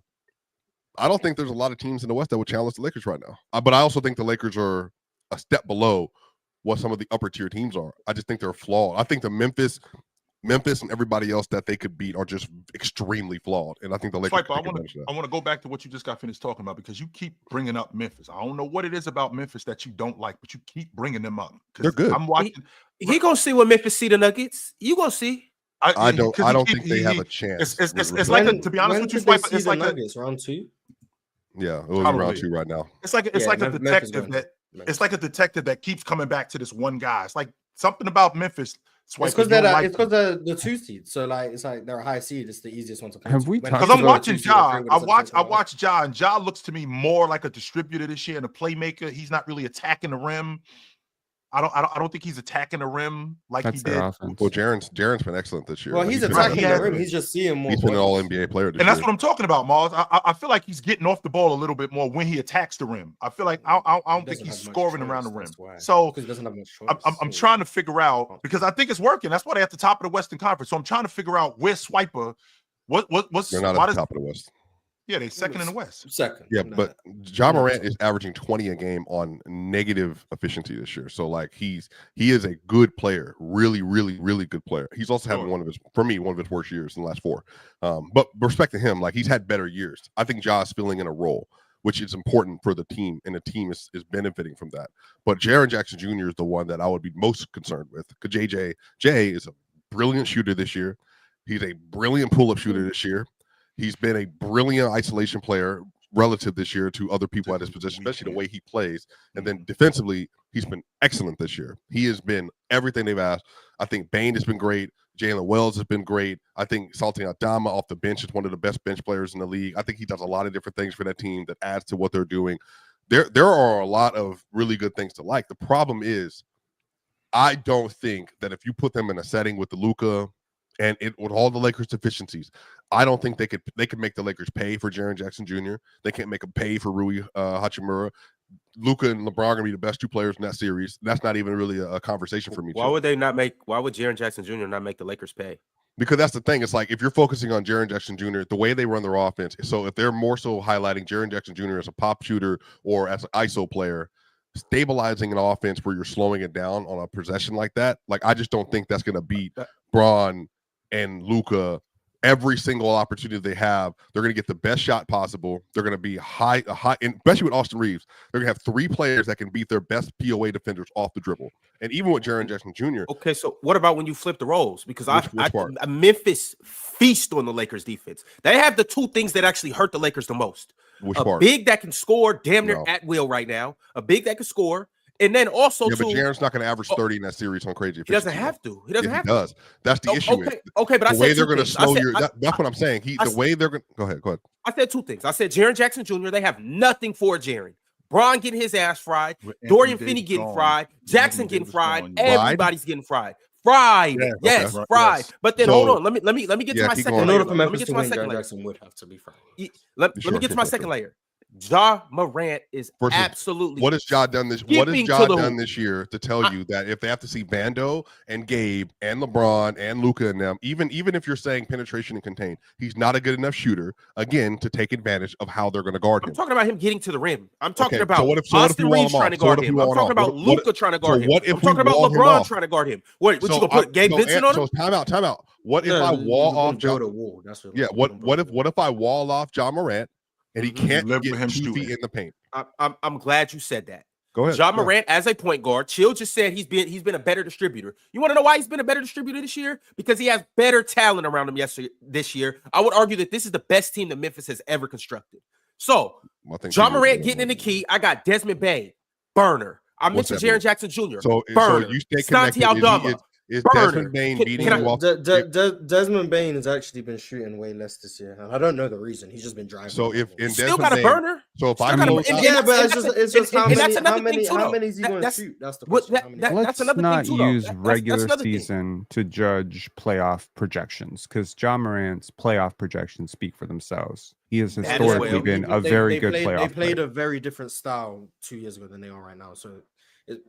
Any so again, yes, but the playoffs are meant to disrupt your rhythm and your style and ultimately put you in positions where you have to get more into the half court and you do have to do a little bit of that late clock one-on-one stuff.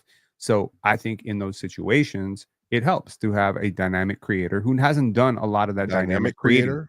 You don't think Ja is dynamic? I would definitely describe it as dynamic. So here's the issue, though, is I think, again, if you're saying versus the Lakers in particular, you're going to get into a half-court battle with LeBron and Luka and Austin Reaves. It's not going to be a half-court battle. And that's what they have to pull the game down. What are you talking about? And I'm going to put Zach Edey on the court, and they're going to have Jackson Hayes, like, Zach Edey in a playoff setting versus Luka and Bron. Will get played off the court in game 1. You think so? Yes, 100%. I'm bringing him up every single time, and you're going to have to play drop. You're going to have to play drop, and that's okay because Memphis has one of the most versatile and deep teams in the NBA. I'm fine with that. I like Memphis front court. Zach Edey will not be a. So sure, but I'm trying to figure out. So again, if the plan is we're gonna infiltrate the Lakers unit and Lakers scheme with what Luka does best. So that means you're going to blitz on ball or leave ISO, okay? Because that's what you're going to have to do. Because you're not, and if you try to ice him, so then now we can figure out how we're leveling LeBron. Because now if we're putting Luka up at the top of the key or the right wing, and we're doing pick and roll here. Okay, well, one of the things the Lakers did last year, they run that Spain pick and roll almost better than anybody else. Now we're Spain pick and roll with LeBron and with Luka, and we got to remember coming out of that set. So either you got to make a choice at the lob, at the level in the corner for Luka because he's one of the best passers in the league, or now you got to level back out to Bron, who's shooting extremely well this year, or he's beating whoever that closeout shooter is off of the dribble, going straight to the basket. So I think the issue is, for me, Raw, in a playoff setting, I think they might end up having more solves than the Memphis Grizzlies, but it doesn't mean Memphis can't win. I just think that because of where the Lakers are currently situated, I would probably take them in that series versus them and versus the Rockets. So if this is the case, you're taking the Lakers against everybody. No, you basically just said the obvious. You said, where did you get this from? I'm about to tell you. I'm about to tell you. If this is the case, you might as well take the Lakers against everybody because you said the obvious. No, you said that Luka goes crazy and you said LeBron goes crazy. No, that's not. That is the obvious. That is crazy. The obvious. Wasn't afraid that I used. So no, because this is what you said because you diminished everything that Memphis does and specifically went to Luka and specifically went to LeBron. And I brought up we know that's going to happen, but this is why I'm saying this because Memphis is definitely one of the best defenses in the league. So if Memphis can't corral the Lakers, will that matter if they that can't, series so that's the point I'm trying to make. If them having a great defense doesn't matter, then not be one of the best defenses for the Lakers. That's all I'm saying. I disagree with that. I mean, so who's a good defense for the Lakers? If it's not Memphis, who is it? You could be statistically the best defense in the league, but not be the best defense against. So now I'm asking you, if not Memphis, then who in the West?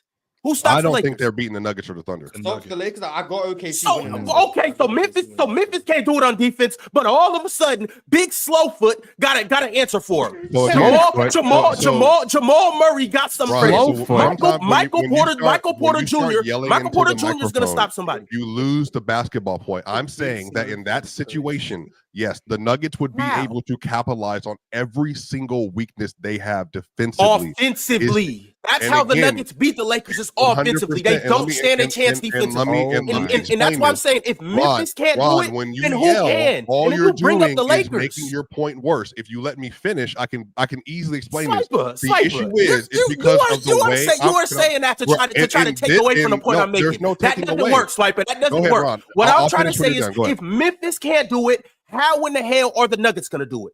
I'll give you OKC. Outside of OKC, who else has the personnel to stop him? Sure, here we go. All right, now we can finish this. So the issue is that the other side of this is it's not just the offensive stuff. The Nuggets, one of the things people don't realize that they do well, they guard wings well. They don't guard guards well because they don't have guard defenders throughout the lineup, but they absolutely guard wings well because so they guard LeBron well. If LeBron is LeBron, the issue is that's the point I'm making. This is the issue. The issue is, hold on. Yes, and the functional reason is yes, they did guard LeBron well in back-to-back series when it mattered the most. And this is the issue. There's a reason why he has lost almost every single game versus the Nuggets in the last 2 years, and it lost all of his minutes versus the Nuggets. They take advantage of all the weaknesses the Lakers have up and down their lineup with Anthony Davis on the court. So now you're replacing AD with Jackson Hayes, and you're putting another deficient defender on the court in Luka Doncic with Reeves, Braun, and Rui Hachimura. And their answer for that, you know what they're going to do? They're going to put Vando on the court. So now what the Nuggets are going to do, fourth quarter, if you have Rui or Vando on the court, Jokic is going to be on Vando or on Rui. They're going to switch everything 1 through 4. And what's going to happen is now it's going to be up to Vando or Rui off ball as shooters or as divers in a hedge pick and roll. And now you're going to get the worst shot you could get because that's how the Nuggets play and their biggest crap. And on the other end, they're going to have Jokic and Jamal Murray in a pick and roll or a horn set. They're going to give the ball to Aaron Gordon. Are you going to force a screen backside with Aaron Gordon and Murray? If you don't take that, it's a dribble handoff with Murray, and now you're getting a switch at the top of the key with Luka on Jokic. And now Jokic is literally sitting here at the nail. Ron, they're going to smoke them. Hold on. I'm explaining to you how the series have gone. This now replace Anthony Davis. Anthony Davis is no longer on the court. Now Jokic has Luka and or Braun and or Rui and or Vando on his right shoulder. Jokic turns and he faces. So now what do? Is Jackson Hayes coming up? Is LeBron coming up? I'm getting to the paint. Either it's going to be a 2 automatic or you're going to space off of Murray or Porter or whoever's on the court, and we're right back to the same situation they've been in for years. Offensively, you're cooking. I will give you offensively. I'm telling you, Ron, they have played versus Luka Doncic for the last several years. They have played versus LeBron for the last several years. But this is the thing. This is the issue. They played against LeBron. Have they played against Luka? Ron, this is the issue. This is my issue, what you're saying. You realize you're not going to out-offense Denver. That's what you're not figuring out. You're not going to out-offense them in a series. I'm glad you said that. Now, wait a minute, Mars. This is the reason why. No, because you're not. The issue is all they do is hunt the easiest shot imaginable in all those situations. So if you're getting a layup, dunk, mid-range from 3 elite mid-range shooter, or you're getting a wide-open three-pointer or whatever else it is, so you double off of Jokic, it's here, or it's a backside cut from Christian Brown. The issue is you're going to try to deal with preeminent execution in the late-game situation in the playoff setting, which is what they've been. And let's just pretend Jamal Murray is healthy. Let's pretend he's healthy this year. So now you got Reeves, Vando, Rui, Luka, Braun. Who's guarding him in that pick and roll action? All now, you're talking about is offense. And again, I want to know how do you guys stop? Aaron Gordon and Christian Brown are going to be the 2 best defenders on the court in that situation. 100%. Aaron Gordon and Christian Brown. So 100%. Vando doesn't exist. This is what I'm telling y'all. Vando went to the rodeo. Literally couldn't play. Vando literally could not play in the series when they played. Because Why he couldn't he can't. play? He's too big of a liability. All they're gonna do is put Jokic on him. Okay, And now you got and that's 4 and 5. that is cool. That's without You got 4 Luka on Doncic. 5. That's Right. without That's, Luka that was a Doncic. different. That was a Like, different team, like, Swiper. I can't believe you are bringing Sure. up a series from No, last but it year, was- the it year was- before it that, was- the year it before wasn't that. different team. I'm saying, but Luka he's saying Doncic it's is here. Vandals playing. He's No, saying I'm- it's Vandals playing. Okay, let's Right, no, I fuck understand. Vando, I fuck understand. I everybody else. understand. Let's talk No, about Luka. don't, Ron. Don't F Vando because there's a difference when you have Luka Doncic on the court though. When you have somebody with his ability to score, make the lob pass, all those things that Luka can do. Vando's a little less of a liability now, is he not? So Vando in the short roll, what's he doing? Because we don't have to rely on everybody to score when I got Luka Doncic on the basketball court. So But if you're here's the getting, so difference. go ahead. I'm sorry. But here's the difference with that, Ox. Joker maximizes everybody, and that's the difference. That's the difference between what both Luka and James are doing. Don't get me wrong. I think James, as great a playmaker as Luka is maximizing everybody at everything that they do on every level. There is no when you got isolation, you got constant action. When you got isolation, when you got isolation with James and Luka, when you have that pick and roll, that pick and short roll, you don't really have a lot of other action going on. When Joker has the ball, you have constant action. How much more action do I need? Enough, and I'm glad because of what? Because of Aaron Gordon and Christian Brown? Yes, because after a while, they've historically defended Roberts in that series. So when Joker in that series without Luka Doncic swiping. So you guys are trying to sell me. So when Joker gets Vando switched on him, you're literally trying to sell me that Jokic can out offense the Lakers, but Luka and LeBron can't out offense the Nuggets. The Nuggets, yes. Okay, like, so here's no. Hang on. So Luka Yes, can't go band for band with anybody. So I haven't watched Luka give the Los Angeles Clippers one-on-one. That's the difference. I'm not going to sit up one-on-one versus a team offense. No, you're right. It's 2-on-1. It's 2 goals. I got Luka and Bron. Y'all got a big slew-footed boy. Okay. No. How good is that big slew-footed boy, Ron? We talking like he's big and slow. No, he's an all-time great. We got 2 all-time greats. Okay, we got 2 all-time greats. The Lakers have no chance. The Lakers have no chance of slowing down Jokic one-on-one. They have to send the double literally every time. If you put Jackson Hayes or Christian Coloco or LeBron James or literally any player on their team one-on-one, so if he decides he's going to get 45, he's going to get 45. So what if Luka decides he wants 45? Well, good luck, because what if Bron decides he wants a 30-point triple-double? Okay, you guys are saying something and dismissing the fact that there are 2 all-time. You guys that sit here and say he's the best player of all time. I know he's 40. I know he's 40. He's the best player of all time. Then yes, the names are there. You guys are sitting here telling me that the Mavericks lost this trade because Luka is that good. So why all of a sudden is that just going out the window? Ron, can you answer the question? Who has a better chance, better personnel to defend the other? Let's just start there. I think that'd be a good baseline. Just answer that question. The Lakers have a better personnel to guard Denver than Denver has to guard the Lakers. Okay, now you capping, Ron. Now you capping. 100%. Here's the thing I'm trying to say. So Ron, stop right there, Ron. Who have the Lakers struggled with the most?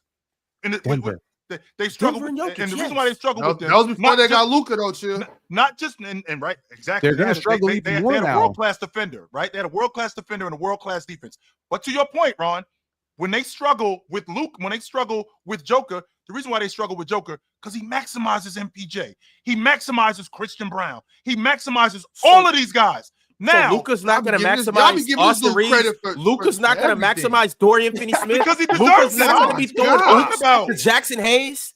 He's not going to get Vandal wide open under the hoop. Does Jokic tie these dudes' shoes in the locker room too? Like, probably, and it's the best. None of these players, Ron. Never seen a bow like Jokic. Never in your life. None of these players are stoppable. Okay, that's the point I'm making. No, hang on though. But one of them is more unstoppable than the other, is what we're saying. Two's better than one, is what I'm saying. Y'all tell me the whole math thing. Okay. Y'all say 2 + 2 isn't. Okay, but that's not how basketball works at all. No, 100%. Okay, wow. Wait, so the reason Denver's better is because Jokic is better. So no, that's not what I said. Because again, when you look, hold on, Penn's making a point. Go ahead, Penn. I'm sorry, Penn. Does everything. I mean, the sum is greater or less than the parts.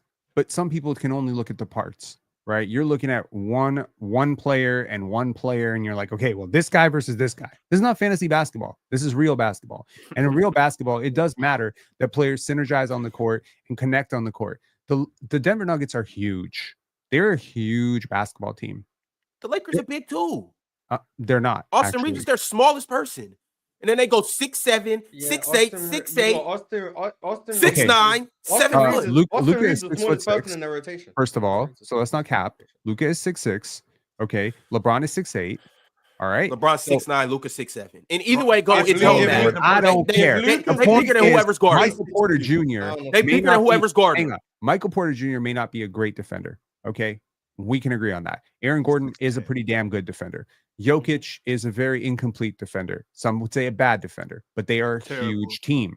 And the reason that I say that to you is because if you look at the history of teams winning championships over the last 6-7 years, there's been a lot of really big teams, Ron. And there's a reason for that. It's because those bigger guards and those bigger wings can actually help in the gaps so much more impressively. They have longer arms. And frankly, if you're asking me, can the Denver Nuggets stop Luka? No, I don't think they can stop Luka. They can stop Vando. They can certainly stop Jackson Hayes, which means they can double Luka, which means they don't need to stop Luka. They can actually double him, and they can actually put their weak liability of a center, what the point that Swiper was saying, which you just generously just ignored, they can put Jokic to rest on defense. He doesn't need to guard Vando, which means he can be in the gaps as well, which means that's a near 7 foot, 280-pound human being that just gets to kind of camp out in the paint and rest. Now, that's the worst thing that you want to do against Denver is allow Jokic to rest. If you want to, as much as I know Denver, you want to believe that, I find it very hard to believe that Luka and LeBron are gonna let Jokic take time off. They've already done this. They've already done this. Luka has, LeBron has. This was my problem with the Vandal thing. Because you got to also look at this like when y'all went back to. Me and Mars had this conversation back then. Vando not being able to play is completely a cop-out by the coach not wanting to do his coaching duties. If you have a guy, especially now with Luka Doncic, there's no reason why you take Vando out the game. There's no reason why if you got Jokic guarding Vando, there's no reason you don't put Jokic into those sets. It's really simple, Swipe. I know you're doing this and doing that. No, I'm saying they will. But you have to. You have to. They will because you can turn Vando into a screen setter, a dive guy. You can use Vando. Why can't you, Swipe? No, I'm saying that's what they want. How do you not? The Nuggets are opting that you do that. Why? Because they want to blitz at the level. Please give it to Vando, and then Vando has the 3-on-2. No, you don't have to give it to Vando. We are inviting Vando to get involved in the action, especially offensively. We want you're telling you can't. Yes. You can't blitz. You can blitz. You can switch. You can switch. But if you bring, I'm talking about screens. With spacing, I'm talking about spaced out basketball. Mm-hmm. I'm talking about Vando here, and who's guarding Luka? We got Vando and James, or we got Vando and Luka on the right wing. We got Vando and Luka on the right wing. Regardless where everybody else is, if I'm setting an actual screen, I'm setting a real screen. I'm not talking about those little fake screens that we're talking. I'm talking about a real screen. I'm screening my man. Right. You can't. Christian Brown can't just walk through me. So that means in order for us to blitz, that means Jokic has to step up and slow Luka down right here. He cannot do that. He's already done it for years. That's why I don't understand. This is what I'm saying. If I disagree with you, you disagree with me. But I'm saying the issue with LeBron on the backside is a terrible idea. So I think what we're doing with Luka Doncic having the ball too. Come on, man. Yeah, like you can try it. He's supposed to be the best passer in the world, right? You're gonna get torn to shreds, but you can. And the way Austin Reaves is playing. The problem is you can definitely try it. You're gonna have Bron on the backside with a man advantage. But yeah. Like the three best offensive players for the Lakers. I think three of their biggest defensive liabilities. That's a pretty big problem. I can say the same thing with the Denver Nuggets. Well, you answered the question. Michael Porter Jr. But you answered in Leicester. Yes, if those aren't defensive liabilities, I don't know what it is. Ron, the Nuggets are more comfortable, and I'll tell you this with the fact. way more comfortable with leaving any of Murray, MPJ, Gordon, or Brown on ISO versus Luka than the Mavericks will be in any situation. You're still gonna get cooked. Okay, time out. Hold on, time out, please. Because we have seen this scenario for years. I'm telling you, I have watched every single one of these games where the Mavericks have played Denver and the Lakers have played Denver. And I'm telling you what they will do. They're going to switch 1 through 4, force the ISO at the nail in particular. Cool. You want to do that? Maybe. Okay, fine. That's cool. They're still switching is what I'm saying. Between those 4. Whatever you're going to do there, I agree with you. But the other side of this equation is what I'm telling you. They're going to trust that whatever shot you get in that ISO situation, we will live with, because that's better than you getting multiple actions going at once. Now, they're going to blitz. They're going to have to pre-rotate backside to LeBron. All that stuff is absolutely going to happen 100%. But you talking about living with it, Swiper, they're going to die with it. But I'm saying I just functionally disagree with you, and I also disagree with the fact because the Nuggets are going to be able to roll out Russ. So Luka to say who you've been saying. You've been saying Luka's somebody for a whole week. And now since we're talking about Denver, Luka's all of a sudden not the guy you said he was. The question that I asked earlier, the question was asked earlier. Okay, you answer it then.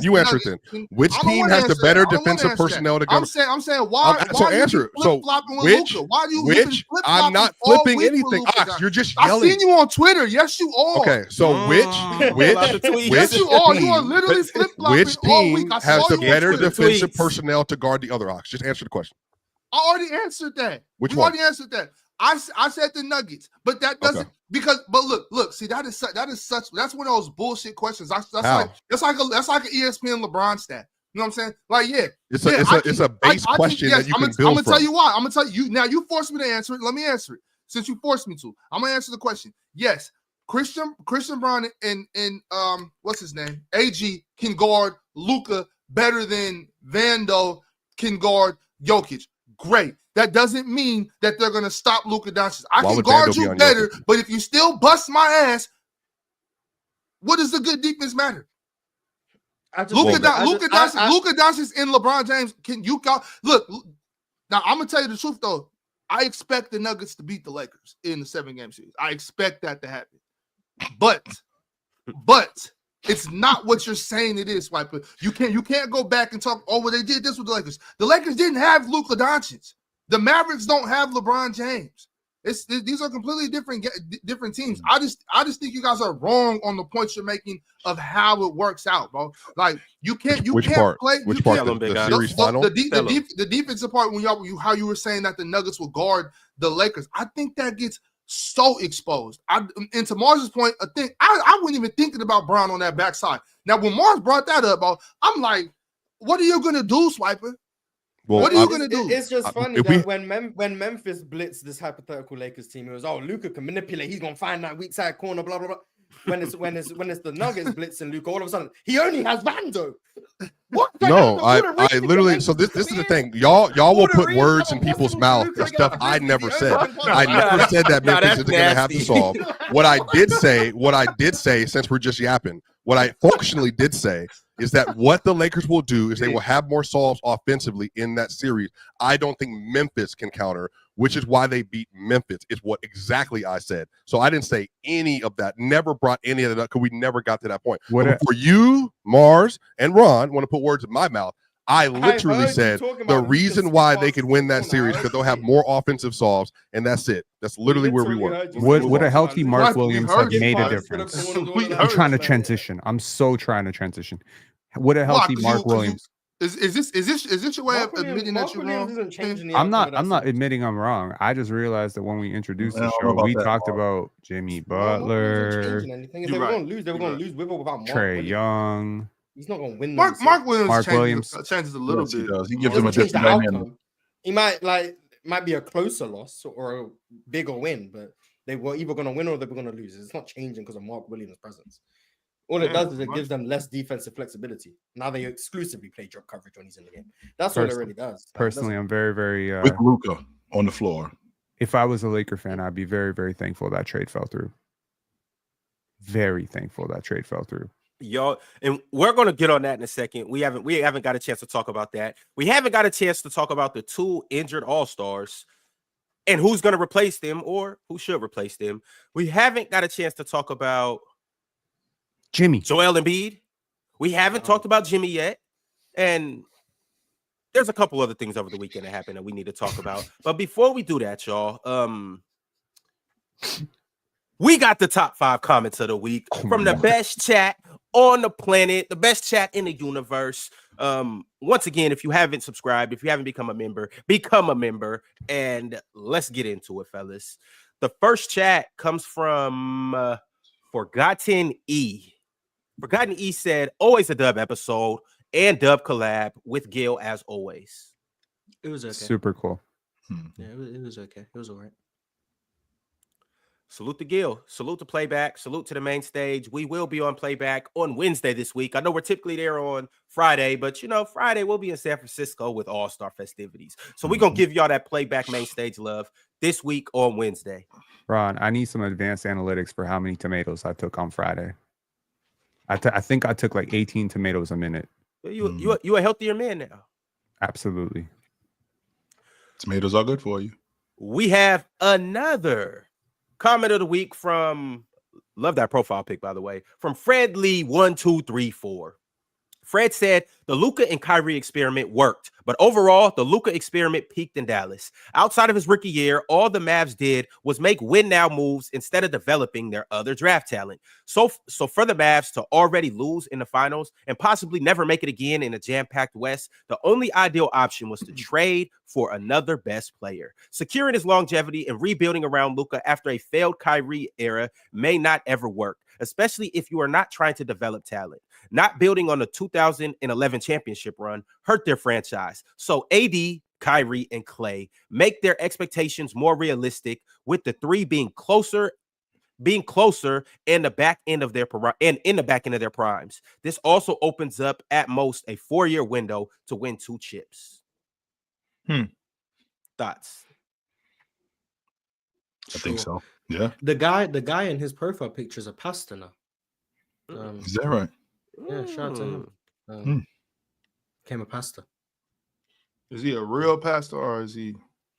I think you're a real pastor. Is he scamming? You know what I mean? I'd like to think not. False prophets. He be hosting like church events and stuff. I'd like to think he's a real pastor.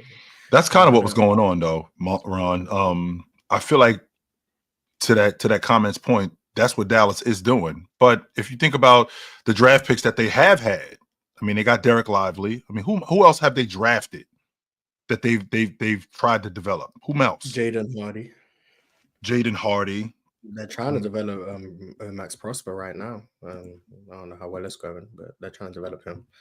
I mean, they developed Luka.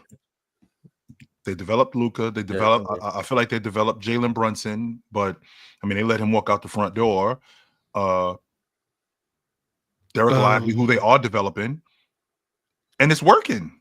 I feel like it's working with these guys, with those guys, and they have made a lot of win now moves though. Yes. I think they came off Porzingis a little too early. I think if they could go back, they don't do that. They obviously came off Jalen Brunson too early. If they go back, they definitely don't do that. Now, obviously, they got Kyrie back, and now they have AD, so they've been able to fill in for it. But right, they have come off some of their guys that, it could have worked out. But all right, y'all, back to the next comment of the week, and this comes from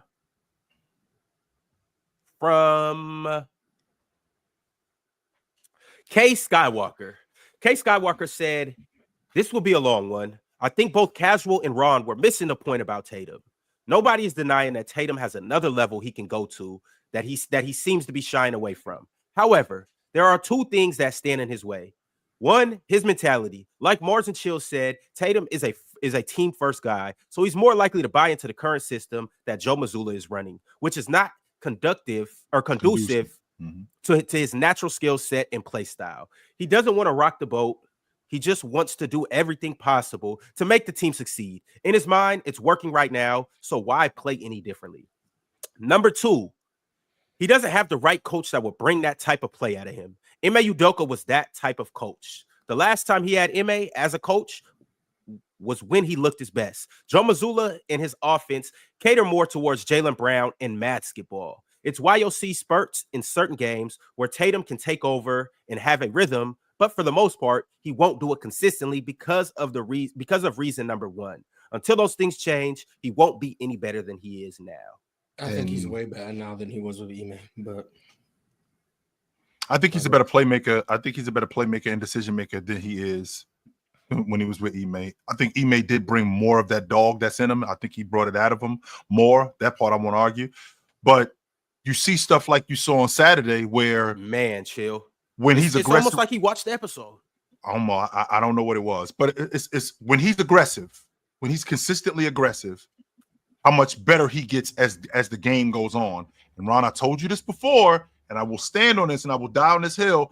Ox, it doesn't make a difference who you run with. I know you. I know you. I know who you are. And every time you see Mikal Bridges, he looks at Mikal Bridges like this dude is food. He don't want nothing to do with me. Every time he sees him, even if OG was out there, even if Cat was out there, any of them dudes was out there, he sees Mikal Bridges. That dude is food. He cannot cover me. And when he gets going, I feel like Coach Mazzulla, even though they have a system, when he gets going, I feel like Coach Mazzulla kind of caters more to his skill set within the system.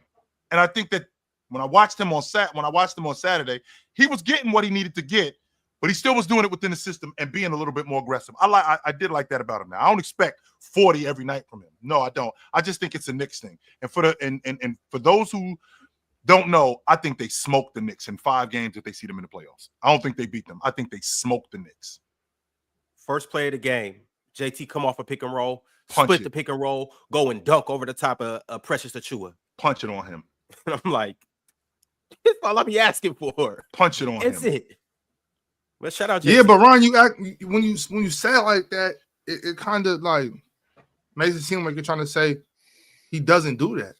He does do that. I just don't think he does can't, as much as like he could. Ron, you know for a fact that you can't. If you're not Shaquille O'Neal, you're not just gonna dunk every time you want to. You got to, you know what I'm saying? You got to seize the opportunity. You got to be aggressive. You know what I'm saying? But like, and you know, I used to be on that, and I used to go a little too far, just pushing narratives and stuff. But like, JT really wanted in. Yeah, I don't understand. I don't understand how we get to the point where we're underrating him just because he's not trying to hijack the spotlight every chance he gets. You know what I'm saying? It's like, not even about hijacking the spotlight. Yeah, but he has a great team, chill. And I don't think there's any reason why having a great team you shouldn't fall back on that great team. Yes, I've had plenty of times where I said Jaylen Brown was better, and I 100% meant that. 100% I meant that. But I'm saying like JT still wanted him though. Like I don't understand. Yeah, and that part I'm not arguing, Ox, that he is one of them. However, when you are in a system and you got a great team, you play off of these guys. There's gonna come a time when the X and O's don't work. I need you to go get me a bucket.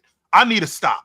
I need something outside of what we're doing right now, and I need you to be the player. That's what I need you to do. And I feel like there's times when he has an opportunity to do that and he doesn't.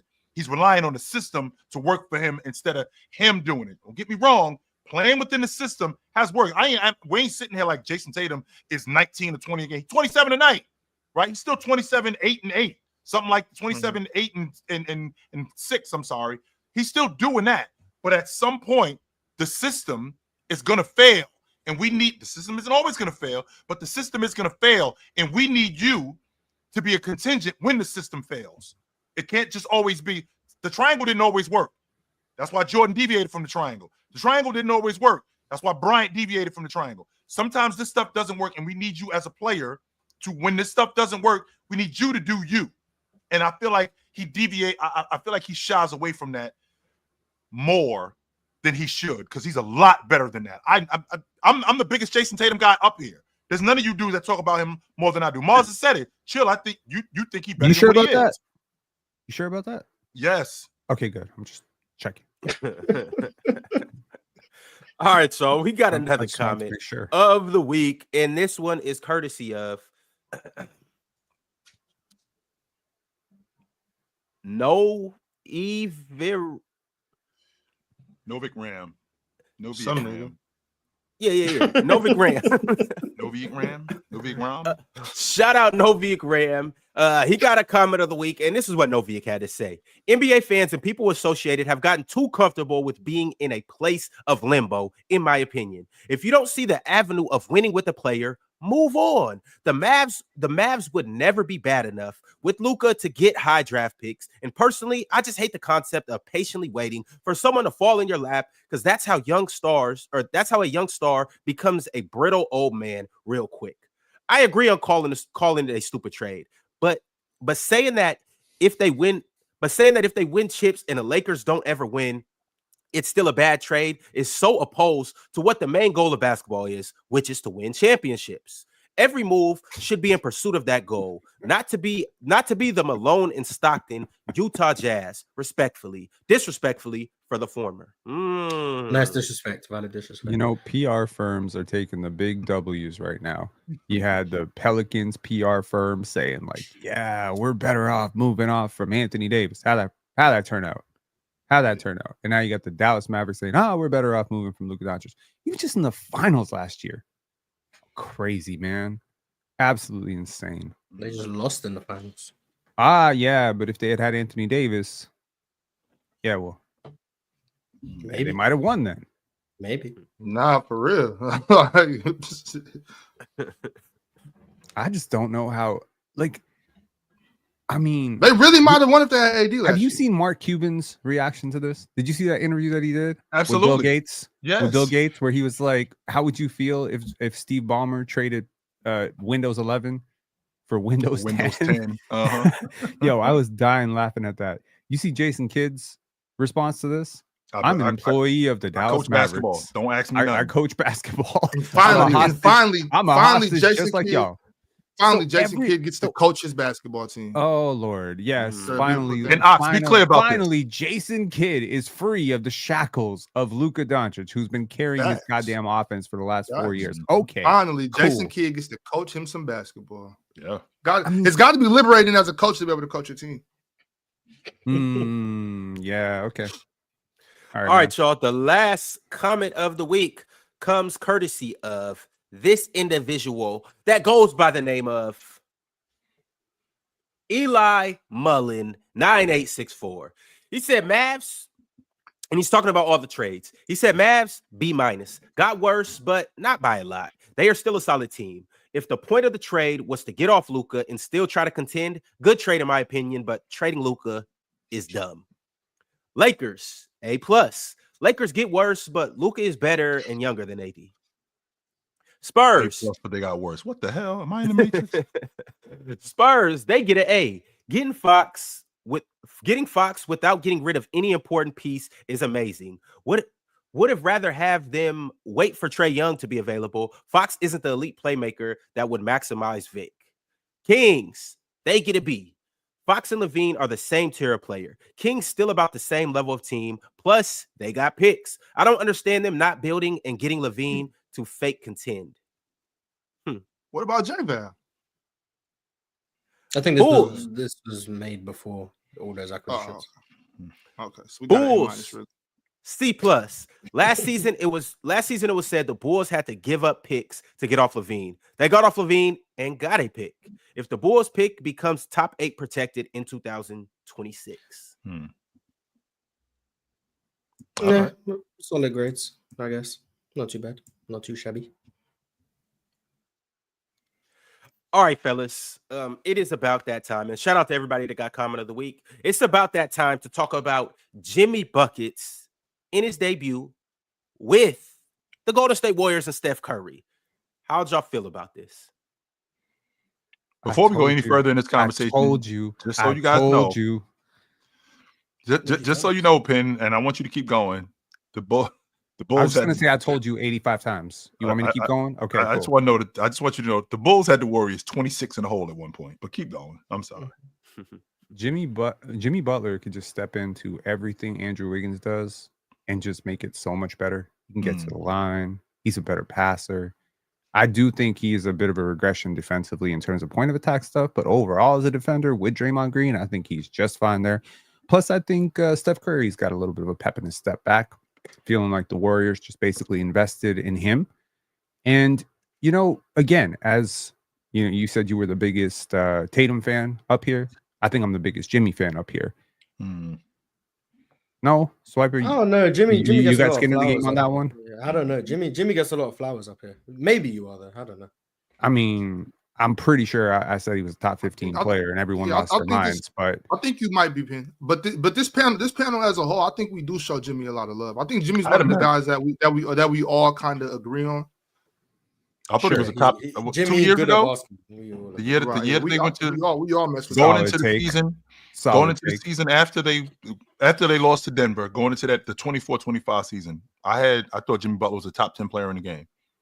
I thought he was a solid top 10. I don't think that there was for me, it wasn't a conversation. I thought he was a top 10 player. Just like the fit. I like the fit in Golden State. I like the fit with their offense. I love putting him next to a guy like Steph Curry, letting both of them alongside Draymond. I just think they're three fantastic players. And I just I feel like he's the best player those two have played with in 5 years.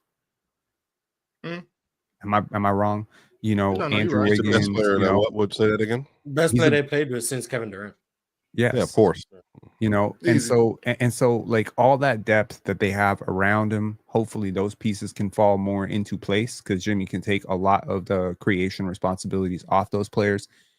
And now okay, Jonathan Kuminga, Brandon Podziemski, Trace Jackson Davis, now these guys are falling into line as actually what they are, which is just complementary pieces and role players. Moses Moody. But Pin, just since you did make that statement, and I do agree with you. I agree with you already. I just want to make sure that I agree 100% what you said about Jimmy being their best player they played with in 5 years. But let's not overlook how good Andrew Wiggins did play in those 2022 finals and playoffs. Oh, for sure. He was amazing. He was amazing. But that was the ultimate outlier year of outlier years. No disrespect. Andrew Wiggins. I wish if he had kept that up, I feel like they're in a different place.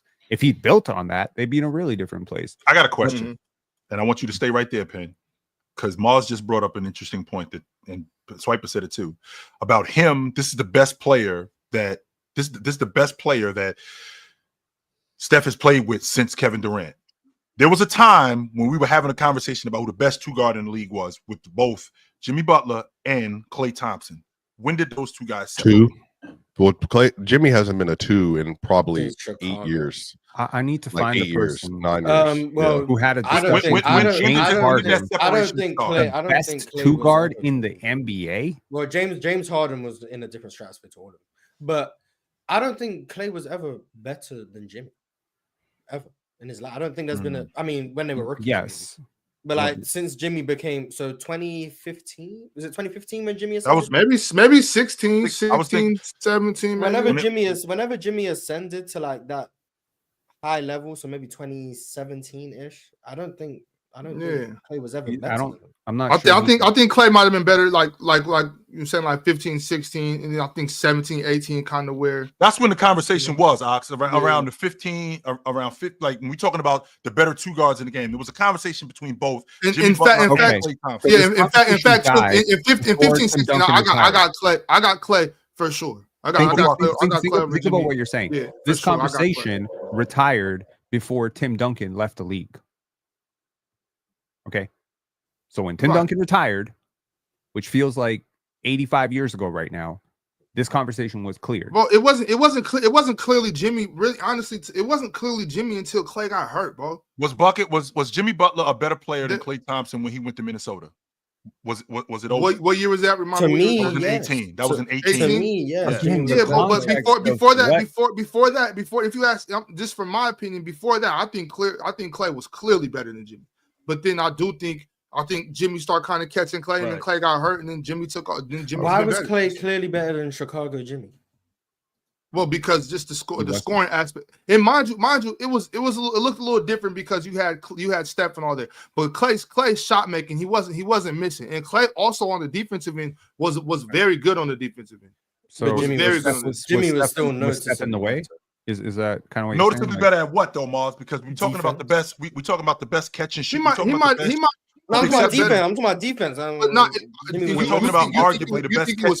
You think it was clear? You think it was a far? Yeah, I think Jimmy was noticeably the better defender. I think in Okay. 16 and 15 and in 16. Yeah, I Jimmy disagree, came but in I'm as not a mad at he came I'm in not he mad at came in you. as a Jimmy defensive stalwart. Jimmy from the moment he entered Jimmy's been a better defender than Klay that whole career. Like, Yep. Well, like I said, I don't think the gap's as big as you're Even the saying, old league- but I'm even the not old- mad at you for feeling that way. Even the all league defensive years that I think I don't Klay know kinda if was Clay's playing. actually made an all defensive team. Yes, If in he did, 18, I don't think he deserved it. I think So, in yeah. 18 he was an all league defender. And I Yeah. okay, if he He's did make also it, made- congratulations to Clay. Yes. Don't So think you he don't think deserves you it. don't think Don't 17, think he deserves 16, Clay was. That's what I'm Clay thinking was about, a- Mars. Because I don't the think thing it was was Jimmy hella Butler good on defense. defender I out don't think there. it was Jimmy because Butler. what I want you to remember, Mars, even though Draymond was their best defender, right? Draymond was their best defender, and I will never And they had argue Andre that. Iguodala. Had Andre Yeah, Iguodala. they did have Andre Iguodala, but I don't think that I paid a lot of attention to Klay Thompson as a two guard defender. I watched him navigate coming off screens. I watched him as a one-on-one defender at 6'7". I watched which hand he closed out with. I watched how he closed out on guys. I watched when teams went after him, especially when he was a younger player. And he got much better as a defender as time went on. He got a lot smarter. He knew how to close out on guys. He knew how to be physical. He knew not to be physical with guys. He understood. He understood exactly how to get better as a defender. That's why I was asking when you brought up Klay Thompson. I mean, when you brought up Steph Curry, this is the best player that he's played with since Kevin Durant. I'm thinking there was a time when both Klay Thompson and Jimmy Butler were in a serious conversation, and I'm trying to figure out when that 15, separation was. 15 16, Klay. Clay was very good. Swiper, straight hit me out, he was brother. very good. Because we're talking about an all-star. We're talking about a guy. So since Klay, I mean, even if Klay I mean, was better than Jimmy, this was still pre-Kevin there's Durant. So no like, Right, yeah, and that's what I'm saying. But let's not take this time. But I still think Jimmy was just better. Like, Right, and I feel you on that, Mars. But let's not take this time because I think I felt like that's what Swiper was going for a second there, Swiper. Let's not take this time to go back and rewrite history and act like Klay Thompson wasn't who he was, bro. Because Klay Thompson Who was gonna do that? Klay Thompson, like I said, Swiper. I'm not saying that's what you were doing, but I thought that's the road you were going down a second ago. You can probably find it on my Twitter. I overstated, but whatever. I think that Klay at his apex was near a top 15 player, and people laughed at it. But right, well, he might not have been top 15. But you were right though. Klay Thompson. 14, 15. Yeah, I don't know if he's the 15, but I think that Jimmy Butler, since he was in Chicago, was a known developing one option. He just grew into it slowly. Then he went to the Wolves. Known developing one option. Yeah, he was number one option. You talking about? Yeah, so remember when he was with Derek? 2017, he was. So remember 2017, the year they had Rondo and D Wade. Jimmy Butler was the best player on that team. Rewind this stream. If Rondo doesn't break his hand, Mars, Boston is out. Rondo doesn't break his hand. Until you know the league made him sit down. Rondo not sitting down because of a broke bone in his left hand. I'm dying on that hill, Mars. If Rondo doesn't break his hand, Boston is out. No question in my mind. Well, Swipe, and I hear what you're saying about 17. I hear what you're saying right there, Swiper. And once again, I agree with you. I think Jimmy Butler was the best player on that team. But I do think that's around the time when the conversations start happening. Before that, the 3 years previous to that, 2 or 3 years previous to that, I think Klay Thompson was better than Jimmy Butler. I'm not saying that like he clears Jimmy. I don't think there was a sizable gap. I do think Klay's ability on the offensive end kind of carries him over the top. But that's because I do think Klay Thompson was an incredible defender. Now, to y'all point, you're muted, Swiper. But to y'all point, I do think Jimmy Butler's a better defender than Klay, and that's fine. But the gap, the clear, I don't know about that. 2011 to 2014, you can make a really good case that Klay Thompson was better. From 2015 till 2025, there's no case to be made. No case. He's been better for the last 10 years. I mean, unless your case is this guy's a better 3-point shooter, like this guy's a better third option, like maybe you can make that case. But in terms of primacy, in terms of playmaking, defense, literally rim pressure, you talk about it. In case of just your impact on offense or your impact alone on one offense. of these guys was carrying teams to the finals as definitively their best player. Now we're getting way beyond. Right, you're talking about 2020 and on. I'm not talking about that. He's talking about 2015. He's saying 2015, 2016. Those 2 years, he thinks Jimmy was worse than Klay. And in 2017, it starts becoming a conversation. Well, I simply disagree because of how defense has guarded him. And I also think that defensively, as much as you want to say about how good Klay Thompson is as a defender, I will say that the Golden State Warriors themselves were a fantastic defensive team. around. And a lot of that had to do with Klay Thompson. And well, 100%. Okay, their best defender was definitively Draymond Green. Like, fine, Nobody's that's fine. But Okay. we're talking about a whole defensive set. Okay, See, this goes back to the OKC argument that just took up the whole show last week. This, you know what I'm saying? Like we don't want to go there. Oh, the SGA is the sixth best defender thing. Yeah, like we don't need to go. Let's not go back there because SGA is very impactful on that defense. Klay Thompson. Well, I mean, we can. If Tim wants to do it, why not? We definitely don't want to do it. Because let's not derail. What I'm saying is Klay Thompson, you can't take away from his defense because you think Draymond Green's a great defender. Draymond Green can be a great defender. Great. No, but Klay, but hold on. Hold on. Wait.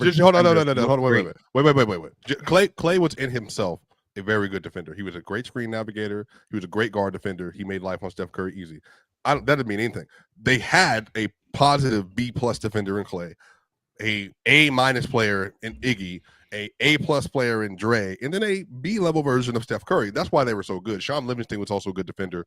Like I'm saying, like, all of them, all of them together, all of them together, all of them together made that defense what it is. So yeah, Klay deserves credit. I just think the issue with Jimmy was already a stout defender when he walked in. As he got older and smarter, he became an all-NBA defender. And then the offense picked up in 17.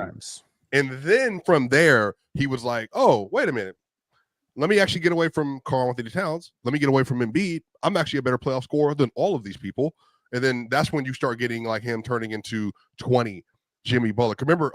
Remember 19 they lost to the Kawhi thing, and that's when Embiid shot 37% from the field on 19 points a game. And Jimmy didn't do anything in Game 7 either. But then the very next year, Jimmy went to the playoffs and was like, Right. 30? By this time, Jimmy's established up here. Yeah, by here, there's no conversation to be had. At this point, he's better than Klay. Yeah, you're not going to get an ounce of pushback from me. You know what I'm saying? I'm just saying in that gap. And maybe I drew it on a little far. I just wanted to say that I think. Was he the hottest? I'll say this: he was the hottest. He was the hottest scorer in the league at his apex. Who, Klay? Yes, 100%, 100%. I even think more than Steph, like 100%. Yeah, but I just don't want us to rewrite history and act like Klay wasn't doing what he was. No, we don't want to do that. When you have it going. Yeah, once he got going, he was the hardest. He was the hottest scorer. He was the ultimate. It was crazy. Yeah, that Sacramento game was crazy. He had a 33-point quarter, 37-point quarter in the third quarter of that game. He had multiple games where he just literally once Klay and I'll tell you this: Klay Thompson for me has always been a more fearful jump shooter than Steph, but not because Steph was Steph, but Klay was like Steph was going to do but this is why it's not better. It's not better. Klay was the off-ball scorer, meaning that once you finally figured this out and you finally contained Steph at all, Klay was right over here, and it didn't matter. No space needed. He would literally get the ball, and he would put it up on the perfect form every time, and it was over the top. And he was going to get 30, 40, 50, 60, whatever. And remember, Game 6 Klay, OKC, 2015-16. He was the one that took them over the top. Now, this is not a better shooter than Steph. That's not what I'm saying. In terms of just fear factor, once Klay got going, bro, it was over. It was nice. I'm gonna ask you this, and I'm gonna run down some names really quickly, and I need you guys to straighten me out because we're talking about Melo, I'm not even talking about players because I want to stay on this defensive thing. So Chris Paul was better, yes, 100% on defense. Pat Bev, yeah, on defense. That's what we're talking about, Mars. What years are we talking? Yeah, what years? We talk. How about 17, Mars? How about we stay there? How about we stay in 17? Is that fair? That Clippers Paul into the still Clippers got Chris Paul in 17. Okay, I was gonna say Chris Paul 2017. Yes. So Leonard is better than Klay. Yeah. Yes or no? Maybe. Hell yeah. Yes. Chris Paul. Yes or no? I don't know. I don't know. I guess maybe. Okay, so that's a possibility. You don't like that? How How about Pat Bev? Tony Allen still in the league, right? I'm getting there. I'm getting there. How about Pat Bev? How you feel about him? No, it's not better. How about Tony Allen? How you feel about him? Of course, 100%. Yeah. How you feel about Andre Roberson? Yes. No, I mean maybe. Yes. Andre Roberson's a better defender than Klay. How you feel about Avery Bradley? No. Avery Bradley's great defender. No. Hell yeah. Avery Bradley's a better not better defender than Klay. I don't like that neither, Penn. To be honest with you, how about John? You don't like Avery Bradley in this one? No, I do, but I don't think he's Wait, better. Avery Klay Bradley personally. is a great defender. He's a Avery, fantastic. I need to know I think how so. Avery Bradley's not a bad defender than Right, Yeah, and then next one. I'm trying Next- to figure next that one out. John How- Wall. how was- I probably got Klay over John Wall. Okay, Klay over. How about Marcus Smart? This is baby Mark. What year did he get in the league? The 17, I don't know. He showed up in 2014, I think 15. This is this is like Marcus his- Smart. I don't better know defender. about Marcus Smart at that point. Okay, Yeah, it's hard for me to we're Marcus already Smart having came a in playing defense. He I'm not gonna walked- pretend he I did. know He did. you're Marcus Smart at Sure. that. Yeah, but He did. I couldn't give you an evaluation of 2017 Marcus Smart defense, and if I tried to, I would be lying to you. So Yeah, at some point I'm gonna lie to So you. we're already having a debate about buckets. Y'all be okay? lying Like, we're every already- day. Don't stop lying Actually, you now. lied earlier, so hush. Oh well, Wait a I'm minute, comfortable with Jimmy. And I'm gonna lie again. You a liar. I know. We're Go ahead. already having a debate about buckets. How you feel about Robert Covington? Oh, he clears. Robert Covington better. Man, Robert this is- Covington this is is- better this Talk is about 20 Robert Covington. This is, He by had the way, a did good you know run. Robert Covington for many years was the only HBCU player in the league for years? Yes, Crazy. I Yeah. didn't know that. How I about knew that. and I'm not on the fence about this. How about Drew Holiday at that time? No, Drew Oh, was better. Drew's Drew better. from Drew's better. by the time Drew got Drew to like is. 2014, 15, Yep. he was like the best conversation, best POA. Go ahead. Mike Conley. Mike Conley was older, but he could still lock in. But he was the worst in his defender prime, on that by the Memphis way. team. He was the Conley worst was defender on the 17. Memphis team. We're talking about 17, right? Yeah. Yes, How old we're was talking Mike about Conley in 17. 2017? Like 20. So he's 29. 37 now. He was 29 years old. He was in his prime. no 29-year-old Mike Conley. He was old. No, I Mike think- wasn't I better think- than Klay. I think Klay was better than Mike Conley. Yeah. What about Iggy. Kyle Lowry? Oh yeah, Iggy clears. Kyle Now- Lowry is a Now, better Ox, defender. remember, see, because this is what I have a problem with when I talk to Trevor Ox. Reeves is Because better. Ox will hear a name and immediately he'll just go clears. Ox, Wow. remember. Because I know Andre- the answer already. We're talking about Andre- 2017 Andre Iguodala. He cleared. Right. He's 33 years old at this point, Ox. That's what he I is. don't care how. This is- So I don't what? care how old he was. I don't Iggy care was how better old than he Iggy. was. I Are don't you need to know taking- how old he was. All I need to know is Iggy what was year we're obviously a talking better about. defender, Chill. Yeah, All Iggy I was you- a all better I need to know, all I need to know is defender. what year we're talking about, and I'm gonna think about that Andre Iguodala. Now, once I answer the question, if you come back and say he was 78, I don't care. He was still a better defender. Yeah, he was Crowder. he was better. Clay's better than Jay Crowder. So it sounds to me when I'm reading off these names, I mean, there's a conversation that Klay is a top 15 defender in the game. Well, no, because you only name wings. No, because if I start Well, bringing up that's the what bigs- I'm when I he's say not a top 15 defender in the Here, league. He chill. might be a I top- got you. He I got might you. be a top. Okay. 10-ish Remember, wing DeJounte defender. Okay, so- Murray made all NBA defense at this point too. So DeJounte was also a better defender by the time we get to 2017-18. And then you got Okay. then you got Danny Green was at That's what I was mentioned about to Kawhi, say. That right? was my next guy. I was about to say, Yeah, we- is Danny Danny Green Green We did not Danny mention Green's a Kawhi. better- Danny Green's a better. is defender. Danny Green a Yes, better Yes, he we did. defender? mentioned He Kawhi. said Kawhi. He said He Kawhi said early. Kawhi. I He said said Kawhi. Kawhi. Yeah, My bad. it He was quick. early. Yeah, He was quick. super We early. moved But on. obviously, Kawhi clears. Danny Green was a better defender than Klay. Paul George was a better defender than Klay. Al Horford. Well, these are big. I mean, if you obviously. go away from wings, yeah, I could make Rudy the case Gobert, Thomas Draymond Epinesa was still Green. better than Dwight Klay, Howard a like, better defender than Klay? Yes. Yes. 2016. 16, 17. Yeah. Man, Was Trevor bro, Reeves a better What defender team than was him? Dwight on in 2017? It was a He Rockets. was in The Atlanta. Hawks? Doesn't the matter Warriors, if he yeah. was in Taiwan. He was better. I was just asking. 2017. I was just asking what team. in he was on. Taiwan. Oh, It's okay. crazy. I mean, yeah, you start bringing up the bigs. Then Rudy was. Bro, better, hey, Anthony hold on, Davis was y'all. Look better, at like- this. Cody, you got Isaiah Thomas got an all defense vote, by the way, in 2016-17. And so did Damian Lillard. Give me a break. worst Nicholas defender in the Batum league got was a new definitely a better defensive vote? defender. Eric Oh, yeah, Gordon Nick at this Kawhi, point. for sure. Wesley Matthews, y'all. Shout out Wesley Matthews. That was my dog. Damian Lillard. Okay. And then you had Paul Millsap, Hassan Whiteside, Marcus Smart got more votes. Who else is this? KCP, Detroit KCP. The year before that, Kyle Lowry finished 13th in Defensive Player of the Year voting. Just want to mention that. Yeah, well, that's all Toronto Raptors votes, probably. No, they Let me weren't. see. Kalo is a Yeah, great yeah. defender. Klay Thompson was a really good defender, but there was a lot of guys I think were better than him. But I don't Okay. think- All right. I just wanted to make sure that we got to the bottom of that. Remember, 'Cause- but chill. Remember the league got a lot of 2016-17. We really thought we could build a real team around Isaiah Thomas. Well, he was great, but that's how They that's did. They built a real team. No, around I Isaiah know, Thomas. but I'm saying we're so far beyond that point. It'd be inconceivable to have like a 5'7" lead guard, like leading a championship. Well, yeah. Now you're just gonna get hunted. Like this was before like the constant. Yeah, mismatch. Do we Yeah, have like, constant. maybe I think what would be very useful is to look at a sample of games that Clay played without He would Steph not to survive see today. sort of like No what way. those numbers might have looked like. I got you. You'd I have can to pull look it at up the for you right you'd have now. to look at the 2016. I'll players pull it up to for you look right at now. What year you want, brother? Go 2013. No, 13. 2012 till 20. All those years? Yeah. You be working for a while now. Okay. My point is, but I mean, you don't want like a 2-game sample size. I just want to see like how much of an offensive load he took when Steph From was on the court. 2013? Because like 2018 to 2018. That was the injury. And by the way, that was year 2. Those were primes. All right. So this is only 37 games, by the way. That's a lot. So 37 games, 21 points, 3.5 rebounds, 2.2 assists, 0.8.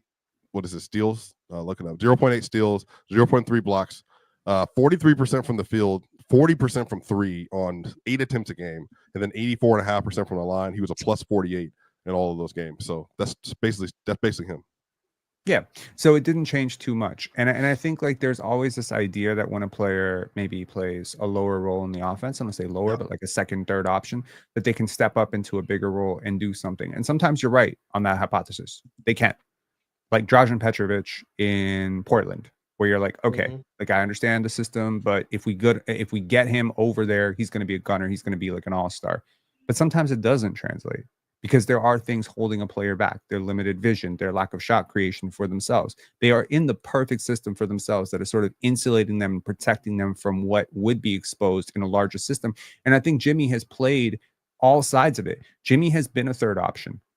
Jimmy has played sort of a third option on offense in terms of primacy in Philly, and he was fantastic. And Jimmy has also been a first option and a second option. He's done it all, really. He's fit in. So because we've only seen Klay Thompson in that specific role, that's going to be the detriment to him. So let me ask you this question, Penn, to counter that point. Was Klay better than Jimmy at what he did when Jimmy was doing the same thing? No. Well, I mean, okay, and this is like this conversation comes back to the conversation we were having on playback. When he was a third option. Well, this is the thing. Like 2013. I think this ties they together. both came into the league at the same time, Moss. Yeah, Jimmy showed up in 11. Jimmy came in and wasn't even in the rotation. So Jimmy came in 11 and Klay came in 12. So they both came in 11. Here's the thing. So both of them came in at the same time. I'm sorry. One was the last pick of the first round. Like Jimmy wasn't getting minutes. I'm a real casual when it comes to football, right? I don't understand too much, but I'm trying to understand a lot more about football. And my question is, how do you compare a wide receiver to a quarterback? How do you compare a linebacker to a wide receiver? Like these are different positions fundamentally, but with basketball, we merge them all into one. The best we could do is really, look at a player and say, okay, centers versus centers and point guards versus point guards. We do tend to pit players at different positions against each other, and we pretty much judge them on the same thing. How much do you impact the box score? How much do you impact scoring? How much can you lift? And so I look at a Jimmy Butler and I say, well, this is someone who scaled up very well into a first option role and who has the skills to scale up into a first option role very well. And what is the rarest type of player that every single team is hoping to draft? A first option, a jumbo creator. That's exactly what Jimmy Butler is. If you look at Cade Cunningham, if you look at AJ DeBonsa, if you look at Cooper Flagg, what's the billing? Big creators who defend. Well, Jimmy is a big creator who defends. He may not be LeBron James, fine, but he's probably the closest thing that we've seen in the league during LeBron's prime to replicating that type of impact because Luka never had it on defense. So it's like, okay, so that's why I'm saying the conversation isn't even fair. Their roles are so different. It is like comparing a quarterback to a wide receiver. Well, wait a minute though, Penn. I don't know if that's fair. And the reason why I'm saying that is because Klay never had the opportunity to be a one. He's playing with Steph Curry. That's what we have. Nor the skill set, by the way, Chill. He doesn't have the skill set. He's never had that skill set, though. It's okay, not, but this is what I'm saying. Okay, I don't know how much different. Klay was a little better than y'all give him credit for. No. Not only that. He's not. Chill. I was literally going to ask Penn. Is Klay Thompson the best non-creating guard we've had in the league of the 20th century? Since he's not a creator. Yeah, since Reggie Miller. Yeah, that's what I'm saying. Like since that's the issue. How much was Rip Hamilton creating? Well, yeah, Rip was a good one-on-one player, Moss. No, but he wasn't an on-ball creator as Apex though. Like after Washington, once he got to Detroit, it was not a night and day. And then when he got Chicago, well, he wasn't. Well, he wasn't just a catch and shoot guy. And then obviously you got Boston, Ray Allen.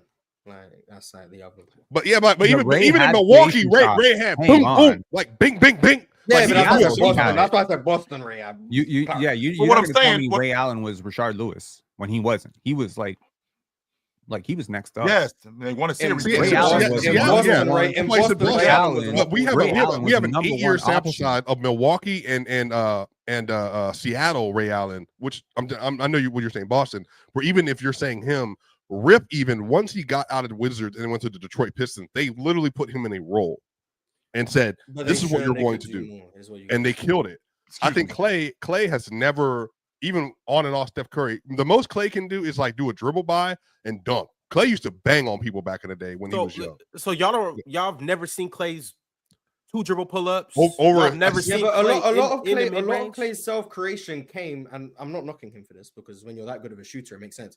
Off the threat of him shooting a 3 off the ball, and like teams are going to close out hard, then he's up faking, he's getting to that elbow, getting to the free throw line, he's pulling up. Right. Like it was never put the ball in Klay's hands, he's going to create something. Yeah, that was never the case. It was we're gonna run a set play, whether that's double staggers, whatever it was.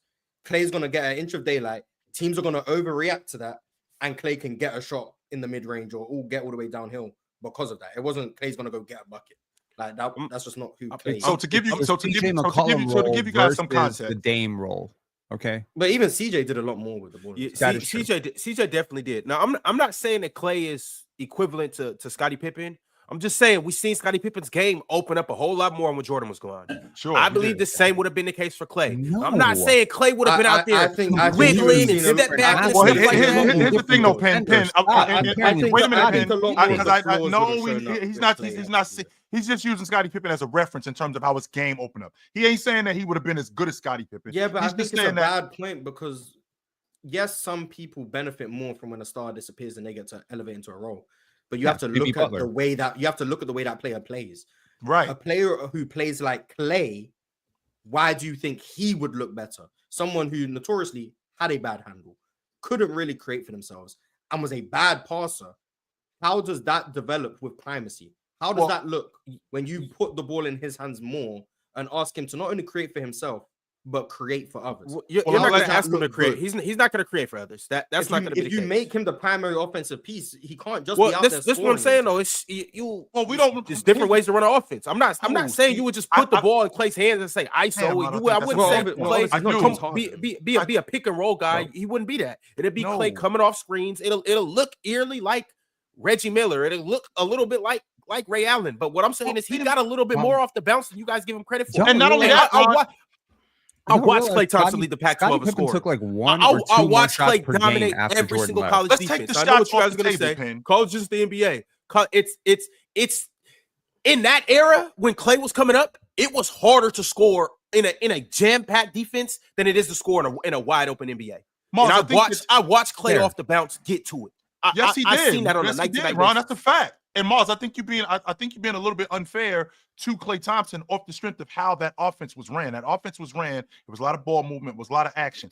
When I think about when Kawhi Leonard came into the NBA, Kawhi Leonard was not a scorer. He turned into that. His handle got better. His jump shot got better. Why am I ridiculous to think that if Klay Thompson was in another system where he had to work on that stuff, he couldn't have gotten better? And I'm saying this because I actually seen Klay Thompson up close. I'm telling you this right now, Ron. I was at the game when they was in this is their championship season, right? And I was in Golden State watching him play. He had a money to dribble pull up. Yes. A lot of action comes, and particularly with the weak hand, Mars, not with the strong hand, particularly with the weak hand. He had a money to dribble pull up. Him coming off the screens. If you run stuff for him when he's going one-on-one, basic, and by the way, Klay had a real basic game. So jab and go, one dribble go. He had that stuff in his game. But if you're asking him to expand his game where he can be more of a one-on-one player, why am I ridiculous to think with his skill set that he couldn't have expanded his game if he had to become a number one? We only saw him only as a catch-and-shoot guy or two dribble pull-up guy because they had Steph Curry, because they brought in Kevin Durant, guys who were all better. Jimmy Butler wasn't, not Jimmy Butler. Was he a better on-ball creator than Kevin Martin?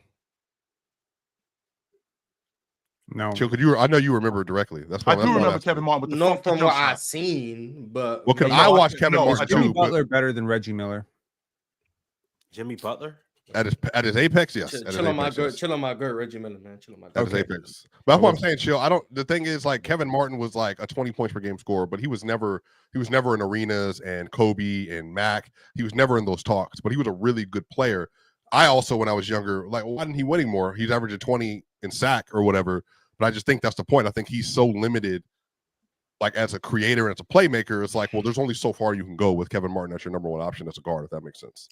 I mean, I also think projecting Kawhi Leonard's improvement from anyone is kind of ridiculous. I think even projecting it for Kawhi, I would have called you ridiculous, and you would have been right. But projecting that level of improvement in every area of offense is a hard thing to project. And saying, "Oh, I seen Kawhi do it, so why can't Klay?" If that's the case, then hey, Reed Shepard really about to turn into Steph Curry. Well, wait a minute though, Mars. At some point, I have to Really see some different evidence. athletes. Hang on, wait a minute, Mars. I have to Kawhi see are some so evidence that is different. possible. I can't just project. Well, that. number one, Kawhi Leonard coming into the game very limited offensively, very limited as a scorer, 100%. So But very with him, gifted physically. That's 100%. And I can When say this. you- Can I say the same thing about Klay? Like No, Klay was a he's damn good not. athlete. He was. Come He on was. now. Klay was a damn Klay- good athlete. Klay- Klay was a better athlete than y'all give him. He Than He y'all is give a him credit for. functional Yes. athlete. He is not a freak athlete. And if you look at the greatest players of all times, they are almost all freak athletes. We're talking saying Klay freakishly gonna be a large arms. GOAT. Look, oh man, I'm just saying. I'm I'm gonna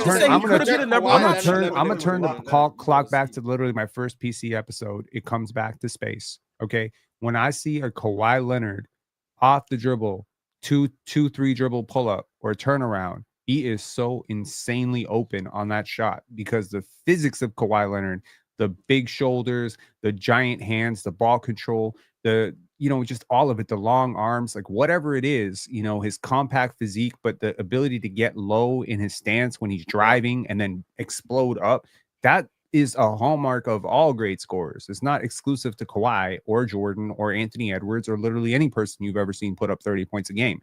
There just is an upper limit to how much you can do when you don't have the ball skills to create that type of shot for yourself. And again, you say we didn't see Klay have that opportunity. Well, I asked Swiper for 37 games without Steph. So unless you're going to argue that Andre Iguodala took those possessions or Sean Livingston took those possessions, I'm assuming Klay had an elevated role in that offense. The problem is eventually at some point when you handle a lot of possessions, your playmaking is going to be tested. I've never seen great playmaking from Klay. I've never seen a great passer there. So that's the limit. And when you talk about Kevin Martin versus a James Harden, and you're like, well, both get 30. Yeah, but one of them can create 40 other points for other people. And that's what matters when you get in double team consistently. And that's how your offense has to function. So the most egregious thing that I think I've ever heard, and it's very disrespectful to Draymond, is that Steph and Klay were the most important players in that championship run of the Warriors dynasty. The most important players in the Warriors dynasty were Steph and Draymond. Always. I agree. Well, yeah, and then Kevin Durant, obviously. So yes, this will be the best player that is Klay played Thompson with Durant. Is Klay Thompson better than Devin Booker? No. At no point. No. You guys don't think Booker Klay is Thompson could have been better than Devin Booker? No. Okay. Not as a number one. Booker is just such a better passer. It would look kind of a little bit like that in terms of getting to his 1-2 pull-ups like that, but Devin Booker just has so much more. Donovan Mitchell, same thing. It's like close. Again, it just comes down to the creation. How much can you Klay create? Thompson better than Zach LaVine? Nah, not off the bounce. No, I think Zach's a better athlete. Klay might be a better overall player. Klay is a better overall player. We don't mean right now, right? At the peak. Yeah, yeah. No, not today. LaVine at his best, and Klay at his best. Like I got Klay between 15 and 19. He was a much better Well, defender. Klay and just to be clear, for what the Warriors needed, Klay's also bigger than Zach LaVine too. It matters to have a 6'7" shooting guard. That's 6'7" because you don't want to have another smaller guard. Well, I mean, Zach LaVine's what 6'5". He's 6'5". No, Zach is a legit 6'7". Zach, that's what I thought. That's what I thought he was. Zach's the same size as Klay. Yes, that's what I thought he was. He's not 6'7". He's not. I never seen him before. But I thought he was like 6'6", 6'7". No, he's not. And then on top of that, I was going to give him 6'6" for the sake of the agenda. No, but him and no, hold on, no, Ron. Him and Jamal are damn near the same height when I've seen them together. Like Jamal is 6'4". Like he's about 6'5", so like he's about in that range, which is still tall. The thing about Zach, I think Zach, Zach for sure about 6'6", maybe 6'5.5" range. Because what's his name? Demar's got a good little. DeMar is tall. Like DeMar's like a tall forward. Like he's tall. Yeah. Yeah, but DeMar's Zach's. 6'6". I mean, Zach's not. I don't think Legit Clay's 10. much. I don't think Clay's much He's bigger than Zach 6'6". though. Yeah, I I would don't have assumed Zach was. I've been around That's what I DeMar would've enough to tell you he's definitely 6'6". Anthony Davis is a legit 6'11". That's a tall. Like, man. I don't. Yeah, I don't think. Zach Clay LaVine- is much bigger than Zach at all. I don't think he's big enough to where it's a difference. You know what I'm saying? Yo, Ox, Zach got- pre-draft measured say, in Ron? at 6'5" Hold on right and quick. 7.5 in shoes. So he's 6'4". So he's probably about 6'4". He's 6'4.5" without shoes. Zach But LaVine. on the court, he's about 6'6". Okay, that makes sense. Yeah. What's Clay? Look at Clay. Yo, and while he's doing that, Ox, I don't know if you've been tapped in, but we've been talking about how Clay would look as the number one option. How do you feel about that? Obviously, you've seen Clay up close and personal. How do you feel he would be in the NBA? Let's just say Steph wasn't there for a season or two, and they had to run the offense through Clay. How would Clay fare? I think we would have more respect for Clay's overall game, but I don't think he would be a great number one option. I think that's Clay's spot. I think Clay is a number 2, number 3 scoring option, a spot up shooter, a guy to Chill's point who people don't give enough credit for his ability to rip through and get 1 or 2 pull up, 1 or 2 count pull up. I think people don't give Clay I don't even think they give Clay enough credit for his ability to get to the basket and score, and score a layup. Obviously, I don't want Clay. I'm not running ISOs for Clay. No, so I'm not running ISOs for Clay. But off the swing, Clay got everything in his bag. When you go to a Division I college for 2-3 years, that's in your bag. That's D1 shit. Like my ability to get there, boom, boom, pull up. That's a D1 basketball player. You you got that. Clay got that in his bag. I don't think Clay would be a great number one option though. To answer your question, I think once again though, I think he would get more respect for his all around basketball game though, because Klay Thompson isn't just a spot up shooter. Ox, So- my guy, So- my best friend, really quickly, Penn, I'm gonna let you go. But Ox, my best friend, he was assistant basketball coach at Idaho State, and I'll never forget him. I'll never forget him calling me, going, "Yo, what's the guy's name that used to play? Because you remember everybody. What's the dude name that used to play for the Lakers?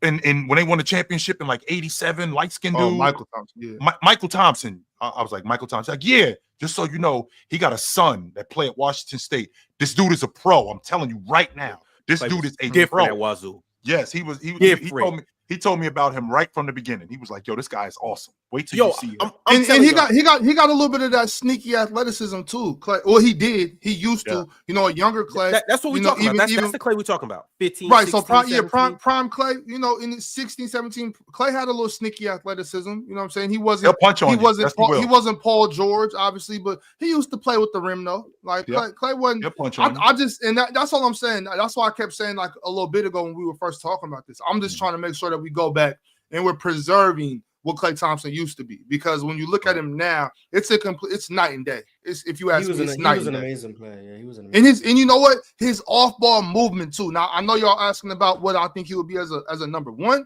but just moving around off the ball, running. Like Steph Curry wasn't the only one running miles in the game. Klay Thompson was touching, and that's why I'll be so upset today when I don't see nobody cutting through the paint. Like he wasn't just standing there catching the ball and shooting. He wasn't doing that. He wasn't just standing and catching. No, he wasn't doing that. No. And also, with that being said, once again, I'm not putting Klay Thompson in ISO situations. I'm not. If I'm the coaches, no, we're not ISOing you, Klay. But I would have liked to see Klay work off of some pick and rolls. Now I know that we don't see that now, but I think I would have liked to see a little bit of that from Klay Thompson. Let's catch it out here on the wing. Let's operate that pick and roll. Let's see what you can do, Klay. Because Klay obviously can think the game. You know what I'm saying? He doesn't have to be super flashy. You don't have to be a flashy basketball player to come off the pick and roll, take 2 dribbles and get a good bounce pass, or skip it over here, or take a dribble and shoot the ball. You don't have to be a super athlete to do these things. That's why I think I get a lot. I personally think I get a lot of pushback for me saying that basketball is such a basic, simple sport, and it really is, bro. You don't have. Obviously, I think, Penn, you said that most, most of the greats are super freak athletes. You're right about that, and I agree with you on that as well. But to be a productive basketball player, you don't have to be a super athlete. You don't have to be able to have a 40-inch vertical. You don't have to run a what's a fast 40, a 4.3 40 or whatever. You don't have to. Yeah, 4.2. You don't have to be that guy in basketball. Vertical. Do you have to be balanced? You said the fast is a 4.2. Yeah, 4.2 is like incredible. Super speed. Right. So I'm just throwing numbers out there. A good one is 4.5. That's a good one. Yeah, so I don't think you have to be that guy to be an incredible basketball player. I think if you can think the game, if you got the skill set, if you can, especially if you're like a wing, as long as people aren't taking the ball from me, like I don't have to be Kyrie with it, but if you can't take the ball from me and I can still see the floor and I can get my pass off, it doesn't have to be like this or behind the back or none of that stuff. You know what I'm saying? Like that's what I was talking about, Mars, when I talked about Klay Thompson, because I remember that season. And I remember the year that they won the championship in 2015, I remember him. And they ran a lot of quick, even though the ball was moving, they ran a lot of quick action with Klay. Come off the screen and go. It wasn't, give him the ball, clean the whole right side of the floor out, clean the whole left side of the floor out. No, it was action where Klay is coming up the screen. We got cross screen, and Klay will catch the ball coming up the screen and go with it really quickly. 2 dribbles, pull up. 1 dribble, pull up. 2 dribbles to the basket and get a bucket. That's the kind of no dribbles, chill. Just pump fake your ass, let you fly into the second row, and I'm just banging. It's cash, 100%. It was cash. And I mean, I think the question that Ron asked, where could Klay be a number one? Well, wait a minute. What type of number one are we talking about? Is Klay a number one on the championship team? Are you winning it with Klay Thompson as your guy? No, I'm not going to go that far. No, I'm not. I'm not going to go that far. But with what Klay does in his prime, if you put the right pieces around him, can he lead a team to the playoffs? I think he could do that. Yes. I agree. But two real quick things. Zach LaVine is shorter with shoes than Klay Thompson is without shoes. That's worth noting. Or they're the exact same size. So Klay is bigger, number one. And I forgot number 2. So we just go. All right, y'all. I hate it when that happens. Don't forget to like the video. Don't forget to subscribe. And don't forget to show love to Cheese. Excuse me. Don't forget to show love to Cheese, Vale, J-Hub, Multi-Kenny, and Cobra Rashay Son is of 6'4", dog. That's crazy. He feels so much bigger. He's 6'4", without shoes. Without shoes. Without 6'4.5" without shoes. He might have grown an inch. So that's 6'6". That's 6'6". He might have grown an inch. Y'all carrying on with this? Yeah, bro. We don't. What do you want us to do? I remember this. We all grown. We all grown. We all grown. Ron, would you focus? It's not even me. You gotta worry about it. Ox used to give it to you in the post back in the day. Oh, all right, man. God damn. Oh Lord. Well, no, I literally did though. Like Ron can't hold me on the block. So while I agree with Ox's point that you don't got to be a freak athlete to be a superstar in the league, I do think like to play in the league, you do have to be freakish in a lot of ways. I mean, the numbers are crazy. 3 out of every 10,000 registered American high school basketball players actually make it to the NBA. The ones that do typically tend to be 3 out of how many? I'm sorry, 10,000. It's that much. That's not too bad. I thought it was less. That's good numbers. Registered basketball players. So the numbers are extremely low. And what I would say to that is the ones that do make it tend to be a lot taller than the ones that don't, on average, right? Sorry, Mars. So, but what I'm saying also is it's not just tall, it's coordinated, it's balanced for tall. It's really rare for someone who's 6'6" to be at all coordinated, much less functionally coordinated enough to play on an NBA court. It's even rarer for someone to be 6'9". That being said, like it is a huge advantage to be 6'9" in the NBA and to have the coordination to play offensively and defensively. Why say, okay, it's not like you don't got to be a freak athlete. Fine. Kawhi's not a freak athlete in terms of run jump. Maybe he not that, but he is a freak athlete in the sense that he has hands almost as big as Shaq. And also, he has arms almost as long as Shaq. Kawhi a freak athlete, though. I think Kawhi, because you know what the thing about that too is a lot of times we talk about how high somebody jumps. To me, it's more important how fast can you get off the ground. How explosive are you? You know what I'm saying? It's like if you're super explosive and you jump strong. If I'm a strong jumper and I jump fast, that's better than a 40. What's a good vert? 42. You know. Well, no. First off. Are we doing basketball vert, which is a fake vert, or a football vert, which is a real vert? You gonna start talking about? We don't got to do that, Swipe. I'm just talking. Taking a step is not a real vert. Okay. Well, not vert. I don't even mean vert. I just mean out jumping. I don't care what your vertical is. I'm talking about. Let's say 2. Let's say typically like this swiper. So typically if I catch the ball on the block, somebody tries to steal it this way. I come over the top, 1 bounce, gather, and get up. Right? Let's talk about like that. So that's not a real vert. Okay, fine. But if I can do that quick, if I'm not a turnaround slow jumper, if I can do it, boom, and explode off the ground fast, that's more important than me being able to jump hella high. You know what I'm saying? So for Kawhi Leonard, the guy whose vert might not be as high as, I don't know, Paul George or something, the fact that he gets off that ground so fast and so strong, and if you bump him in the air, you're just taking a ride with him, that's more important than, for instance, Jalen Green or John Morant, who if I jump in the air and I do this, you're not going nowhere because you're too light in the draws. Sure. You're dropping wisdom for sure there, but I mean, like, I also think it matters. Number one, how quickly you get off. Number two, is like, how quickly do you get down and then get back up? That second jump is also crazy. That is so important, Pin. Now you are super speeding. I was just doing that with my son the other day. Now jump and touch my hands and get off the ground quick. Go touch the top. That's why Anton Jameson was so good. Yeah, absolutely. Yo, Spin. That's second jump, especially for like forwards and centers. But that second jump is so important. So important. And so like I'm even looking at jump shooters around the league, and I'm like thinking about like the dynamics of the game and what makes certain players. You think about players like, say, an Emmanuel Quickley, who has a flat jump shot and he has a slow load into that flat jump shot. So even though he's got the freakishly long arms, like, he's never going to be, unless he changes something drastically, he's never going to be projecting like Tyrese Maxey or Devin Booker, that level of creation, because he can't do it within the space, right? And it's the same thing with the offensive rebounders or even the offensive explosive players. Like, how quickly do you jump off of no charge? Like, do you need to run and then jump, or can you just be standing there and just get up like in a quarter of a second to the apex? Like that's a real vert, right? That's why Stormell Swift will never get the love that he deserves, because that dude used to swift bang on you, dog. Like, fast, athletic, so violent too. Yeah, bro. He'll never get the love. He'll never get historical love because everybody just cares about stars. But that was a dude that like was a premium athlete. You know.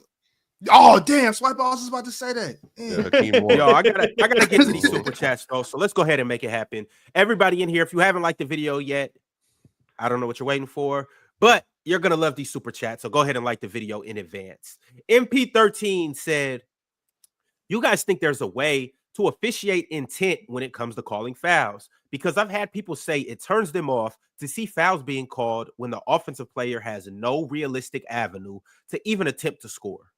It's a good question. There's no way to. Good referees do not officiate intent. No, we referee the defense. Was that a foul? Yes or no? It's that simple. I can't anticipate you fouling, because if I anticipate you fouling, what I'm doing is I'm guessing. And if I guess wrong, I should never guess. Never guess. So no. You referee. I agree with that, Chill. I think that's how you should do it. But that used to piss me off, Chill. And I used to be like to the ref, like if I went up to try to block a shot, I go up like this or go up like that, and the guy would do like one of these and throw it up. I'd be like, ref, his eyes were closed. He wasn't even saying like, you gonna call that? Yeah, he thought you were gonna foul him instead of refereeing. I probably did foul him 100%. I hit him, Chill. But I'm saying, if your eyes are closed and you doing this, you throwing the ball up, man, don't give him that weak shit, man. Let's go, man. We hooping. DSG Piccolo said Chauncey talks about accountability, but for some reason, only Jeremy Grant, doesn't need accountability. Bro was a basketball terrorist for 38 minutes. Can't win if J-Mac giving you 30. Get JG off my damn team. I'm tired. He's been good lately. He said, I'm tired. I didn't watch that game to see what happens. So I know they lost. I got to watch him hit. He's going to hit fake threes tonight. Anthony Edwards, Timberwolves, they lost to. But I didn't watch that game, so I didn't get to see Jeremy Grant. He's going to make 4 threes in the corner tonight. Book it. They play Jeremy Grant? All I know is that they 3.5 games out the play-in tournament. I know that for a fact. Hey, I'm taking it right now. Suns, I said it last week. Say it again. Make sure y'all put it in. Suns are going. They're not going to make the play-in. They're going to be overtaken by the Spurs and or the Warriors or both. That's tough. 8 Gates Lee said, birthday today and won $200 off Bobby Portis's trash ass. Happy days. Well, you share a birthday with Bobby Portis, so maybe you should show some respect to him. Yusuf Oz said Celtics' highest point total in the finals was 107. Luka's defense was not the main issue, like you guys are saying. It was the offense and Kyrie crumbling in particular. Bad trade if AD doesn't win a. Sure, that's the biggest. We had this very long, drained out discussion already months ago. Yes, their defense was not the main reason they lost, but Luka's defense was also still atrocious, even though he fit the scheme. And Luka's defense is going to be atrocious again with a no scheme. So this is where we're going to be. But I'm not going to blame Luka. I'm going to say, well, obviously they know what Luka is. They should build the personnel around him to make sure you can't just hunt him repeatedly. It's that simple. And they won't do it this year, but next year they're probably going to have, I don't know, knowing them, they'll have Kristaps Porzingis at the center position next year, and you won't have to worry about this. And then they'll be, right back at the top of the league. Yeah, something dumb. Something dumb. It's going to be. Man, they might get they're Bam. going to go get Wemby for Gabe They might Vincent get Bam next pick. year. You never know. They're not. It is what it is. Gabe Vincent fits the timeline of trying to compete now. MP13 said, I think people don't realize how bad Luka's efficiency is against the Nuggets over the last few years. Just because his name is Luka doesn't mean he's always efficient. He struggles against them. I said this to He's you had before, really good Swiper. games. He's had some really good games. None of them wanted to listen to me when I said said in the side. That's all I'm saying. That's all it is. That's all it is. No thing pieces. When Minnesota bounced them, Dallas was like, phew. There's a reason why that was always a good matchup for them. And also too, like I said, they double Joker every single possession. It's one of the worst. I hate watching them play the Mavericks. All they're gonna do is double and trap, and then everybody else just rotates. And then you complain about the whistle on Twitter. Yeah.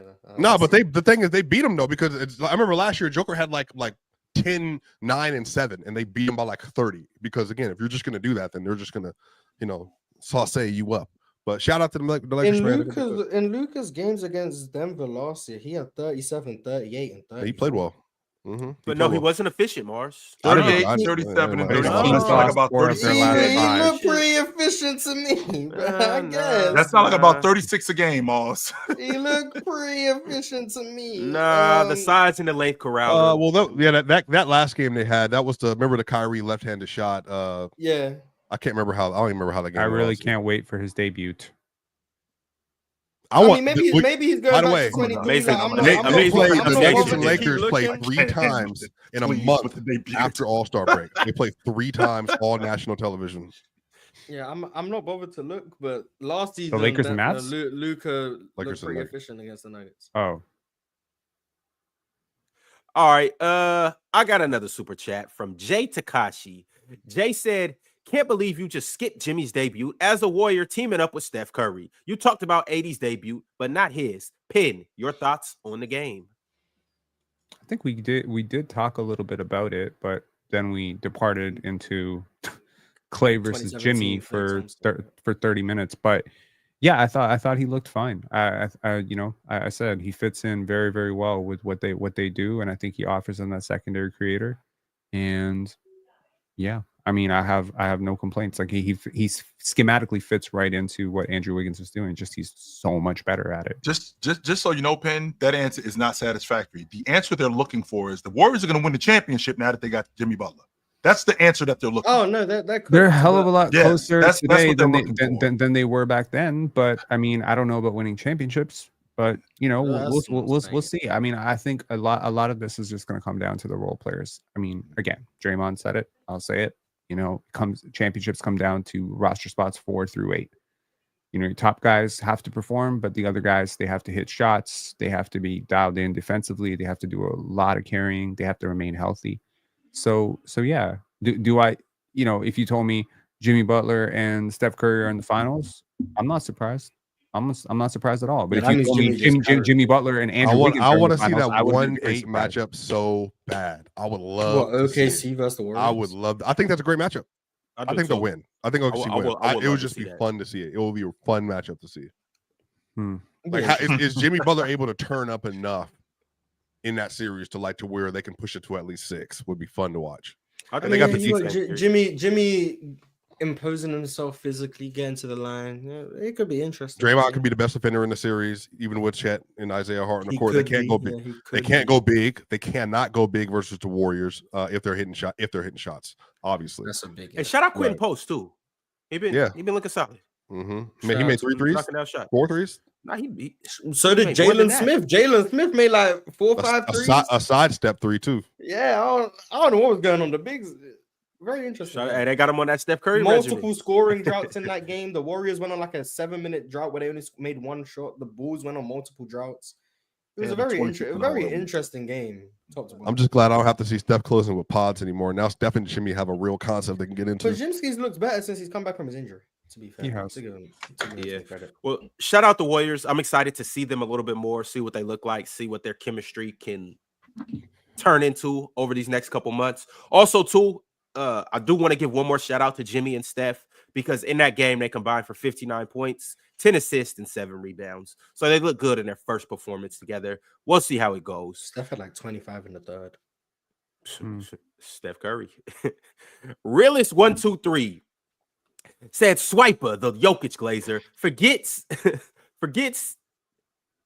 the games with the Lakers were very close with D'Lo and Prince lineups. The problem was AD was a no-show in the fourth quarters. We have Luka now. It's different. It's a different series. Yes, it'll be a different kind of 4-0. Yes, it'll be a different kind of 4-0. That's tough. Yo, what? All right. Luka, Jones. first of all, Luka ain't getting beat 4-0. And just tell you that right now. There's a pride game in there somewhere. It'll be a 4-1. It'll be a gentleman's sweep. You can have all the pride you want. That doesn't mean nothing. The Warriors beat them 4-1. What does that mean? Exactly. He got a game. Oh, so 4-1. I don't even think, if I remember correctly, the game they won was the game like Tim Hardaway made like 8 threes. If I remember correctly. I'll tell you what. If the Lakers face the Nuggets in the playoffs, I will bet you my PC check for that week that it's not going to be a sweep.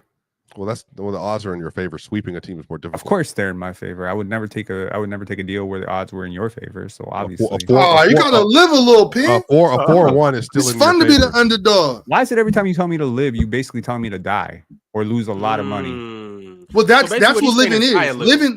Living is dying.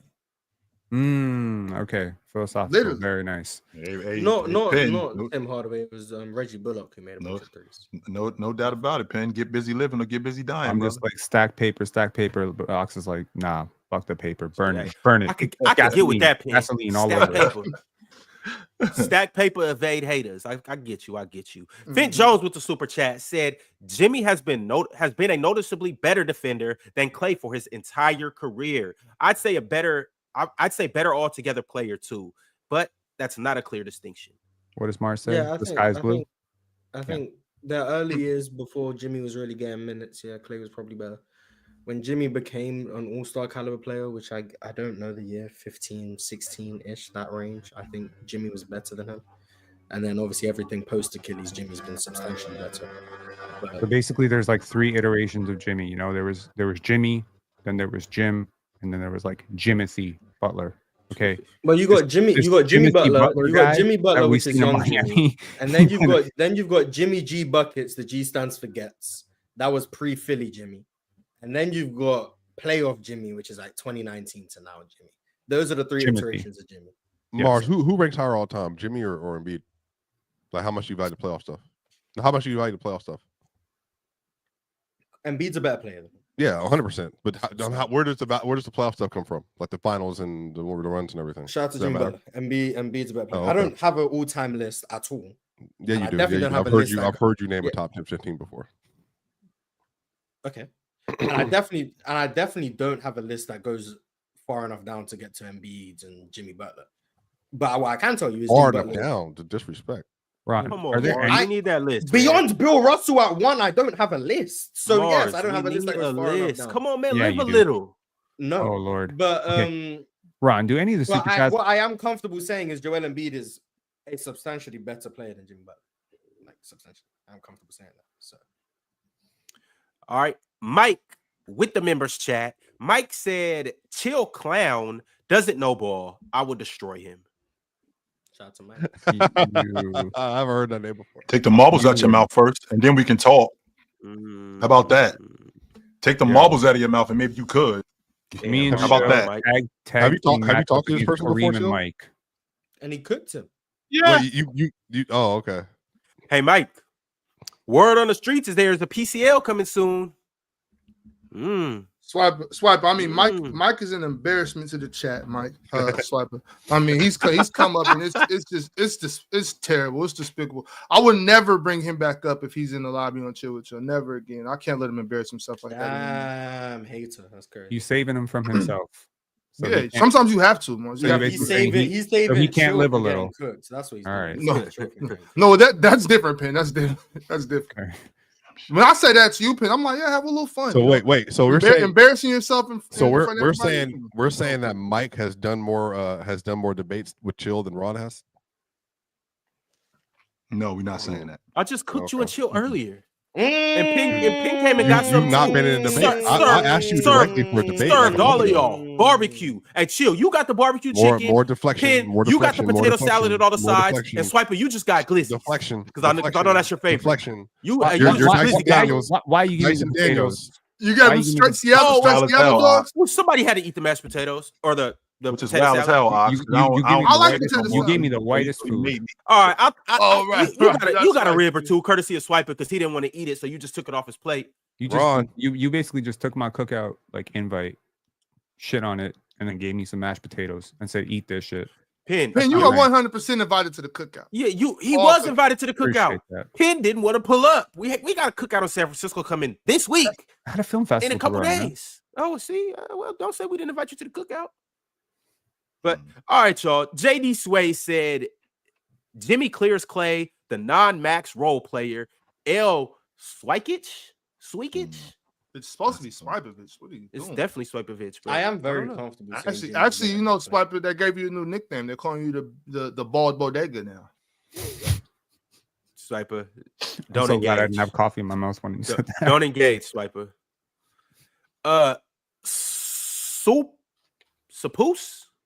Sapoose 658 became a member. Shout out my man Sapoose. And right before Sapoose became a member, Cheese gifted 10 Players Choice memberships. He is staying consistent. He's standing on his toes, and he's letting it be known.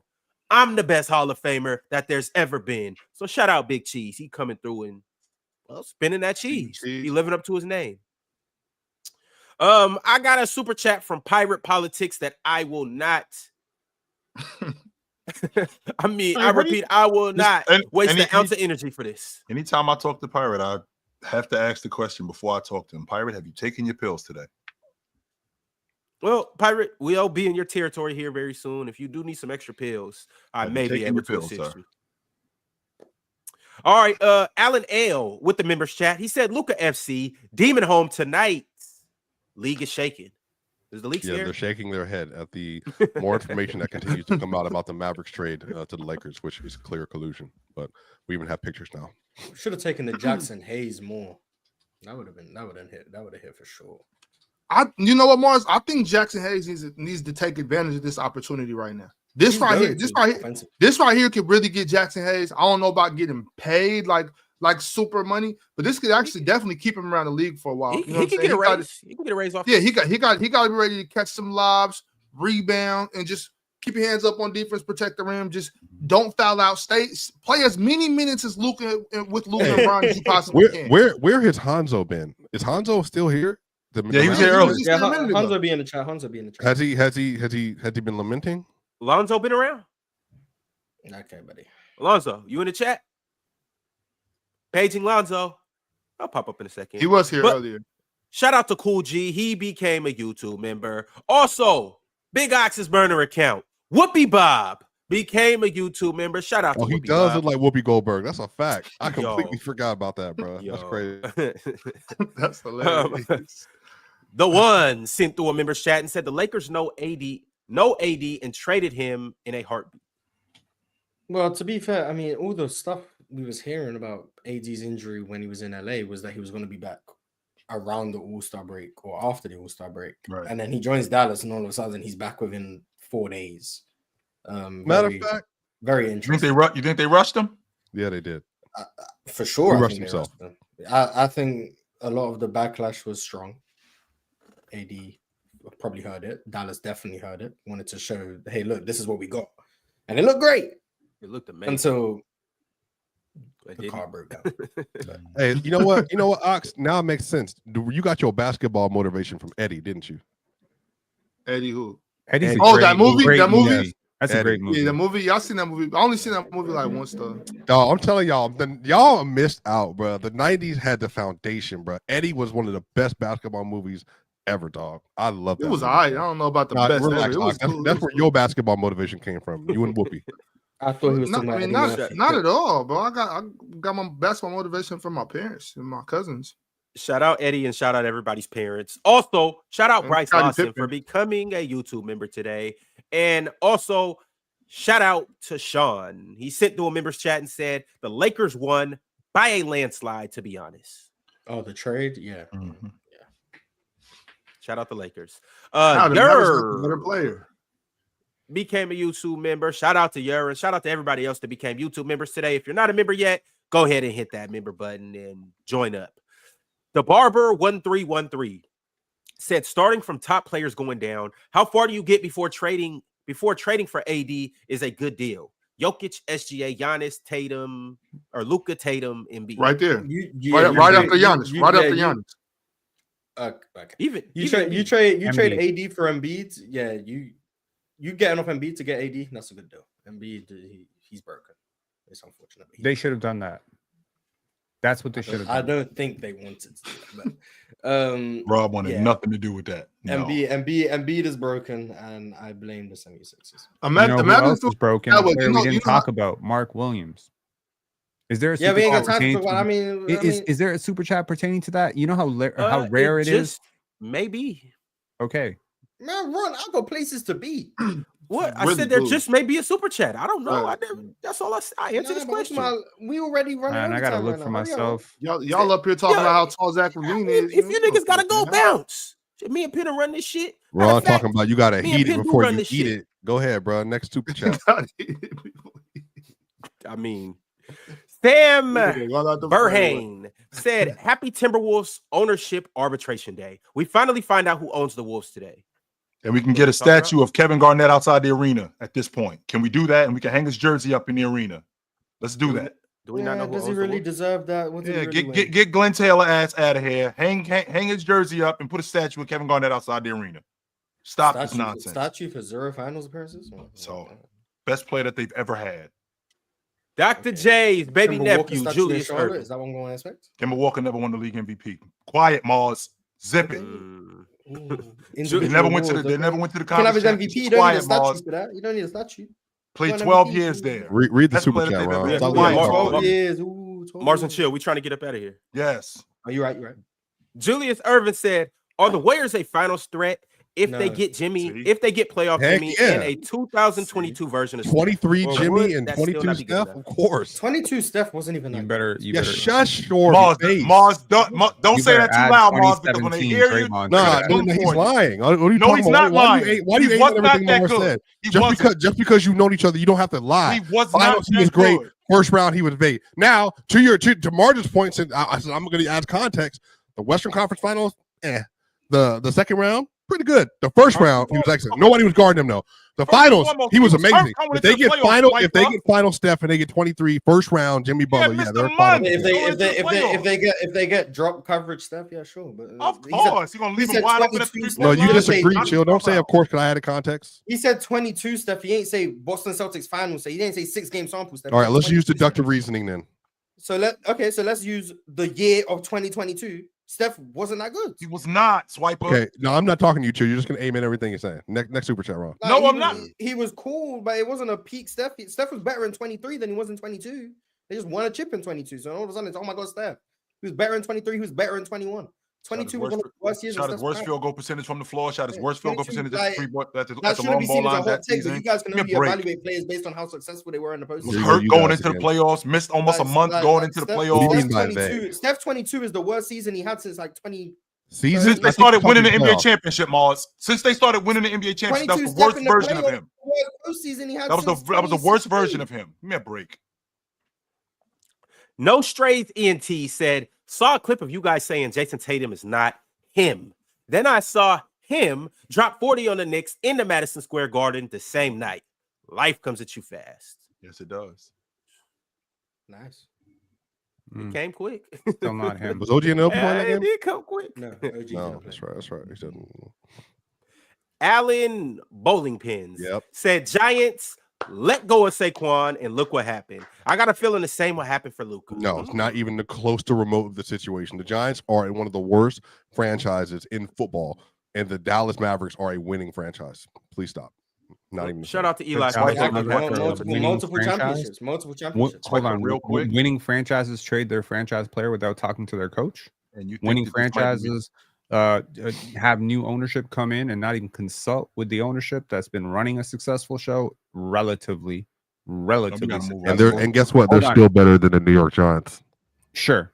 Okay, you're talking about a joke of a franchise versus a joke of a franchise. So you're really asking who's the bigger joke. They've had coaches for 2 years, coach for 2 years, GM for 2 years, GM for 2 years. Swipe. They had the worst offensive line ever. They gave Daniel Jones $40 million a year because Saquon had an elite season. Make it make sense. Okay, I'm not trying to say because that they didn't think it was sustainable. Okay. What I'm saying, and then they said no one's going to trade, no one's going to pay Saquon. Surely not. Can you think of another NBA champion that pretty much tore apart their championship team the second they won the NBA championship? That's one. Can you think of another one that was not torn apart by free agency, was not torn apart by a star, was on the Denver Nuggets in 2009?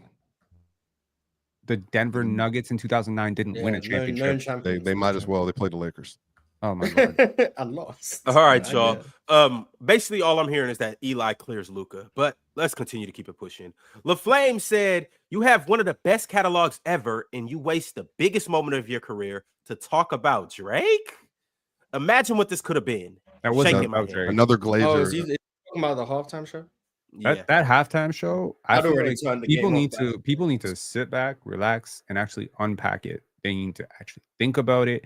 I talked to so many people about this, and people are like, "Oh, it wasn't Michael Jackson, it wasn't Beyonce, it wasn't Gaga, it wasn't this." And I'm like, "Bro, it wasn't supposed to be." You guys really analyze halftime shows? Is that what happened? Yes. No, it's a fake. It's a fake talking point from Drake fans who don't want him slided, and are saying, "Why did you spend all this time talking about Drake?" We're gonna get the warp of a halftime show soon. Shifty Mike said, "Do you think the Knicks can ever win a chip with Brunson as the one?" I do. They could win it this year. I think you guys overstate the importance of this guy. Can he win as a number one? I really think you guys overstate that. It's just a role. But that's what I'm saying. Like, it's just a role. Like, a number one option is just like a role on a team. A shot creator is a role. A defensive anchor is a role. A switchable wing is a role. These are all archetypes. I feel like we just talk about basketball in such a backwards way, given how many tools we have to discuss it better, right? Like, you can compare Devin Booker and Jason Tatum. You can do that because they functionally have similar roles on their team. You can't really compare Rudy Gobert and Jason Tatum. They don't have a similar role. So you just have to value like what archetype is more valuable here and how is it impacting my winning. Marcus FRM 626 said, "To be honest, the Wolves beat the Lakers. The Wolves guard the Lakers better than the Lakers guard them. No big bodies for Julius and no rim protection for Ant." Julius is a big body. Or are you saying he's the big body that's going to stop his big body? Yes. Okay. Void Century, he said, "Ox, don't forget swipe a new nickname, the Bald Bodega or the Bald Purr." How about the Nigerian Prince? I like that. And I do listen to Beethoven. Who doesn't? Oh, he did mean final Steph. He just clarified. So yeah, drop coverage stuff. Yeah. Okay, so I was right. Next super chat. Yeah, he meant 6 game sample size stuff for the whole player front. Yeah. No Cat Prince said, "We didn't even talk about the current Warriors like that. Shit went right to Klay versus Jimmy." That's a fact. What do you want us to say? It was a game against the Bulls where they had a really good third quarter and Jimmy Butler was looking like Jimmy Butler. Like Jimmy Butler is the Bulls beat the 3 seed in the West, so they're good. Yeah, like Jimmy Butler's really good. Like he's not a player where it's going to be difficult to plug him in because he moves the ball well. He plays without the ball. He does all the little things. He sets screens. He cuts. He crashes the offensive glass. He pushes the pace. He plays elite defense, especially off the ball. And he doesn't demand like a lot of usage within the offense that stagnates things. So like he fits perfectly. Like it's a great fit. And he gets to the free throw line, a big need of those. So yeah, I think it's gonna be a great fit. I think once he learns the playbook completely, he's gonna look amazing. I still don't think the Warriors are very good, but I think Jimmy Butler is a great player for them. an amazing player, and he's a really, really good player in general, who probably is just underrated in general because of like his regular seasons don't stack up to what his playoffs are. So people just tend to underrate him a lot in the regular season and then teleport him into the top 10 in the playoffs, when the reality is he's probably just around the top 15 player all year round. But you guys just only start paying attention in the playoffs. That's probably the case. But yeah, Jimmy Butler, good. Steph Curry, good. Draymond Green, good when engaged. Warriors, meh. There you have it. Fint Jones said, Swiper, you a Nuggets fan. If you're gonna like Wes Matthews, keep it to yourself. Why wasn't Wes not good before he tore his Achilles? He was damn good. When did he tear his Achilles? What year was it? In Like Portland. this is right after the Portland. I think it was in 15. Yeah, it was right after that. The shot from Dame over Houston. It was right after that. Mm-hmm. Yep, he was good. Shout out Fint Jones, and also shout out Loud Jones. Loud Jones just became a YouTube member. Salute to both Joneses. DSG Piccolo then said, I got you, Pin. Did the Hornets try to finesse? What happened with Mark Williams? He was just playing recently. How does Dalton feel about this? I mean, we have to ask Dalton. I don't know how Dalton. Okay, real quick, Pen. Real quick, Pen. Let's kill the logic of guys having to go back to other teams. Robert Horry was traded for Sean Elliott in 1993-94. Sean Elliott failed the physical. Robert Horry had to go back to the Houston Rockets. They won the NBA championship. Chill out on this. Let's relax, guys. Well, I mean, well, not everyone's Robert Horry, Sean Elliott. This is a rook who just got the job. Yeah, some people react to things differently. Like we can't be like, well, this guy dealt with it fine. So like we don't know. Maybe John Connect gonna be mad as hell. Maybe he's about to go prove his worth. Who knows? Who knows? Honestly, I don't know how he feels. I think it was I think it was a massive overpay to begin with. I'm sorry. I don't value Mark Williams as that type of center. He hasn't played 100 games in his entire career. The odds of him staying healthy for an entire playoff run, especially when the playoffs are so much more physically demanding than any game he's ever played. I feel like there are certain players on losing teams that will do very well in a winning situation. I don't necessarily think Mark Williams is one of them. And the fact that he's failed this physical is a huge red flag for what might be wrong with him, because Lord knows the Lakers did not fail him on a physical because he had one problem. He had a lot of problems. So that's the first thing I'm going to say. The second thing I'm going to say is it Beethoven or Beethoven? Because if it's Beethoven, I'm screwed. It is Beethoven. The T is silent. It's Beethoven. No, it's Beethoven. I thought I heard you say Beethoven. So I've been saying Beethoven my whole life. Okay, that's the second thing. The third thing, I just want to share this because like this has nothing to do with anything, but I just got an email saying I have a chance to interview Charles Oakley next week. Oh, congratulations. I'm so happy. This is so cool. Yo, I'm a geek out for like 2 minutes, but I just want to share that with y'all. Thank you so much. Can you ask him a question for me? No, please don't take Ron's question. Ask him who's the toughest player he ever beat up. Okay, that's a great question. Question. Sure. Okay. Thank you, Ben. Merry Christmas. Get out of here, Swiper. That's a great question. I'll see y'all tomorrow. Mark Williams is broken. Long story short. Long story short, yes. Mark Williams is hella broken. And I think, look, here's what I'm saying. I think they were on a high, which is a natural human tendency when you rob a team. I've actually started to call the AD trade the Great Dallas Robbery. And basically, I think because they were on such a high, they were willing to overpay a little bit to fill out their roster right now to give LeBron that. And I wouldn't be surprised if LeBron was just like, get me Mark Williams, get me a center who can run to the rim. Or if Luka said it. They actually said Bron is frustrated because he's like time and time again trying to tell the Lakers to trade a first round pick to go get him some help. And he said they never did it. So he's frustrated that the Lakers organization basically off Luka saying, hey, go get me some help. They went and immediately used the first round pick to go get Mark Williams. So I don't know if that's real or not. I don't know if Bron really cares, but that's the report that I just read. Should have traded Bronny. I mean, I just think that in the offseason, when things settle down a little bit, you will potentially, especially if the Lakers don't do well, especially if we start getting word that LeBron is exiting or something, or Luka's fat or, something like that. I feel like that 31 pick, the value of it goes up, and plus a 30 swap. That's really 2 picks, man. That's like, I mean, it's a pick and a half if you think. And then Dalton Connect. Like, I feel like Dalton Connect has value around the league. So I feel like you wait in the offseason, you wait it out. They can get more. Oh, dude, I think they can get so much more than Mark Williams. Oh, hell yes, I do. Package some players, have the entire team, league kind of see what, and at least get a chance to see your team. right? Get a chance to go through a playoff run. Now, obviously, the timing of it sucks. You know, you don't have a chance to make another move. There aren't a lot of buyout candidates on the market right now. But, you know, like whatever, Jackson Hayes, Christian Coloco, shoot. If Mark Williams doesn't play for you, Mark Williams gets injured, you know, you don't have him anyway. But now you also don't have 2031 pick, 2030 swap. It's just locking up so much of your draft capital for a player who's so mid. So mid. Yeah. Well, the cool thing about it is they still have some familiarity in the free agent market. They could still go get Dwight or JaVale. So shout out to Lakers. Dirty Dev said, how about my Eagles, by the way? Ain't no three-peat today. The GOAT Patrick Mahomes getting The Super Bowl packed is up, so huh? boring. Lego Rover said, why does Ja not get the Hallie treatment? He stinks. Because neither of them stink. So I think the treatment Hallie gets is wrong. And I think if you try to treat Ja like that, that would also be wrong. Because they're both really good. Dubs Bestie said, Penn owns everyone on the panel, especially Chill. During I Black like History Cho. Month. Crazy. I like Cho. Rod said, Ox, take Kevin Huerter back, please. Dirty Dev said, Harden cleared Jimmy and Klay. Easy. Y'all stop.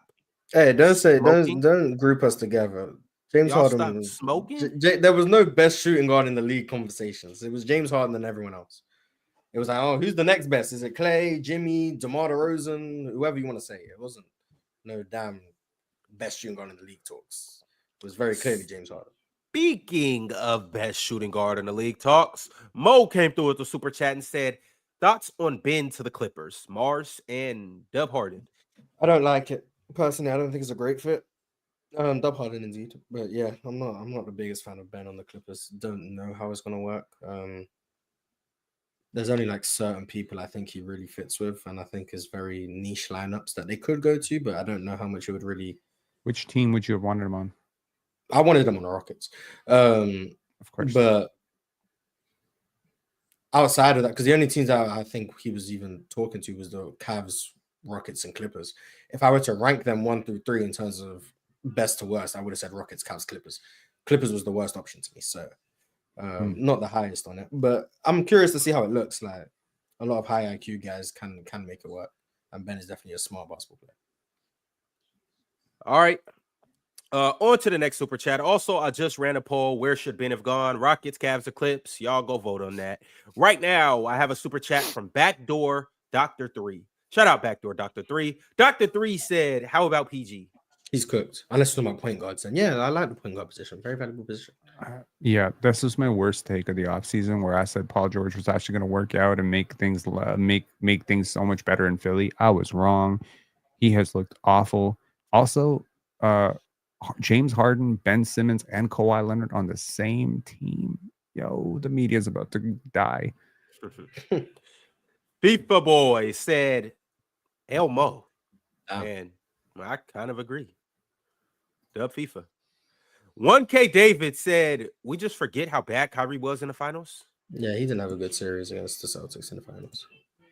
I don't know what the relevance that has to anything we said today, but yeah, he didn't have a good series. Whoopi Bob said, Penn, is Scotty still over Bron and Ant? Watching yesterday. Yo, I'm gonna tell you the truth. I showed my girlfriend the clip off of YouTube, and she had the same reaction as you when I said Scotty over LeBron. She's like, what are you doing? Do you want to ruin all of your credibility? It's a bad take. But shout out to Straight Bonds, man. Shout out to Straight Bonds. Shout out to your girlfriend for being real with you. I don't even know how many points he had against us yesterday, like 8 points. But shout out to him. 15. Yo, 15. And he shut down Amen Thompson. You didn't see that? Face guarding him. Shut down. The Raptors tanked in the fourth quarter. Be for real. The Raptors beat the crap out of the Rockets. Did he make a 3? Did he make a 3? Yeah, Amin made a 3. He went 0 for 8 from 3. No, he made one from the wing. Scotty Barnes went 0 for 8 from 3. Jonathan Mobile went 0 for 6. It's target practice. Be practicing out here, man.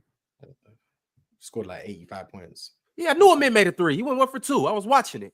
I wasn't talking about him. I was talking about Scotty. Oh, my bad. Scotty went 0 for 8 from 3. Yeah, including the game winner. Or Amen's 3 was from the wing as well. Like, it wasn't even a corner 3. He made a wing. Yeah, so. Shout out Amen. Also, too, man, I chose the more on them two 42.5. Scotty and Jalen. Well, you're an idiot. You're an idiot. What, for Jalen to get 25 and Scotty to get 20? I'm like, Okay, first of all, Jalen, I don't think Jalen Green's ever played well on his birthday. Second of all, Jalen Green's been dealing with a bunch of bumps and bruises for over a month now. So that's why I've been taking the lesson. It's been working out. The All-Star break's going to do a lot of favors for him just to rest his body. He's breaking down over the course of the season. He needs some time off. all right. Void Century said, holy shit. Ron read a super chat pertaining to a convo. That Crazy, right? was a proud moment. Hey, man. Progress is progress. Julius Irvin said, is Cade on an all-NBA team if the Pistons make the playoffs? I wouldn't be surprised if he got voted on one. It's possible. At a 6 seed right now. Ray Starr said, is this the beginning of the end of Giannis? Another calf injury. They're starting to add up. I'm just saying, they are starting to add up. I hope he takes his time to recover, as he is with the All-Star break.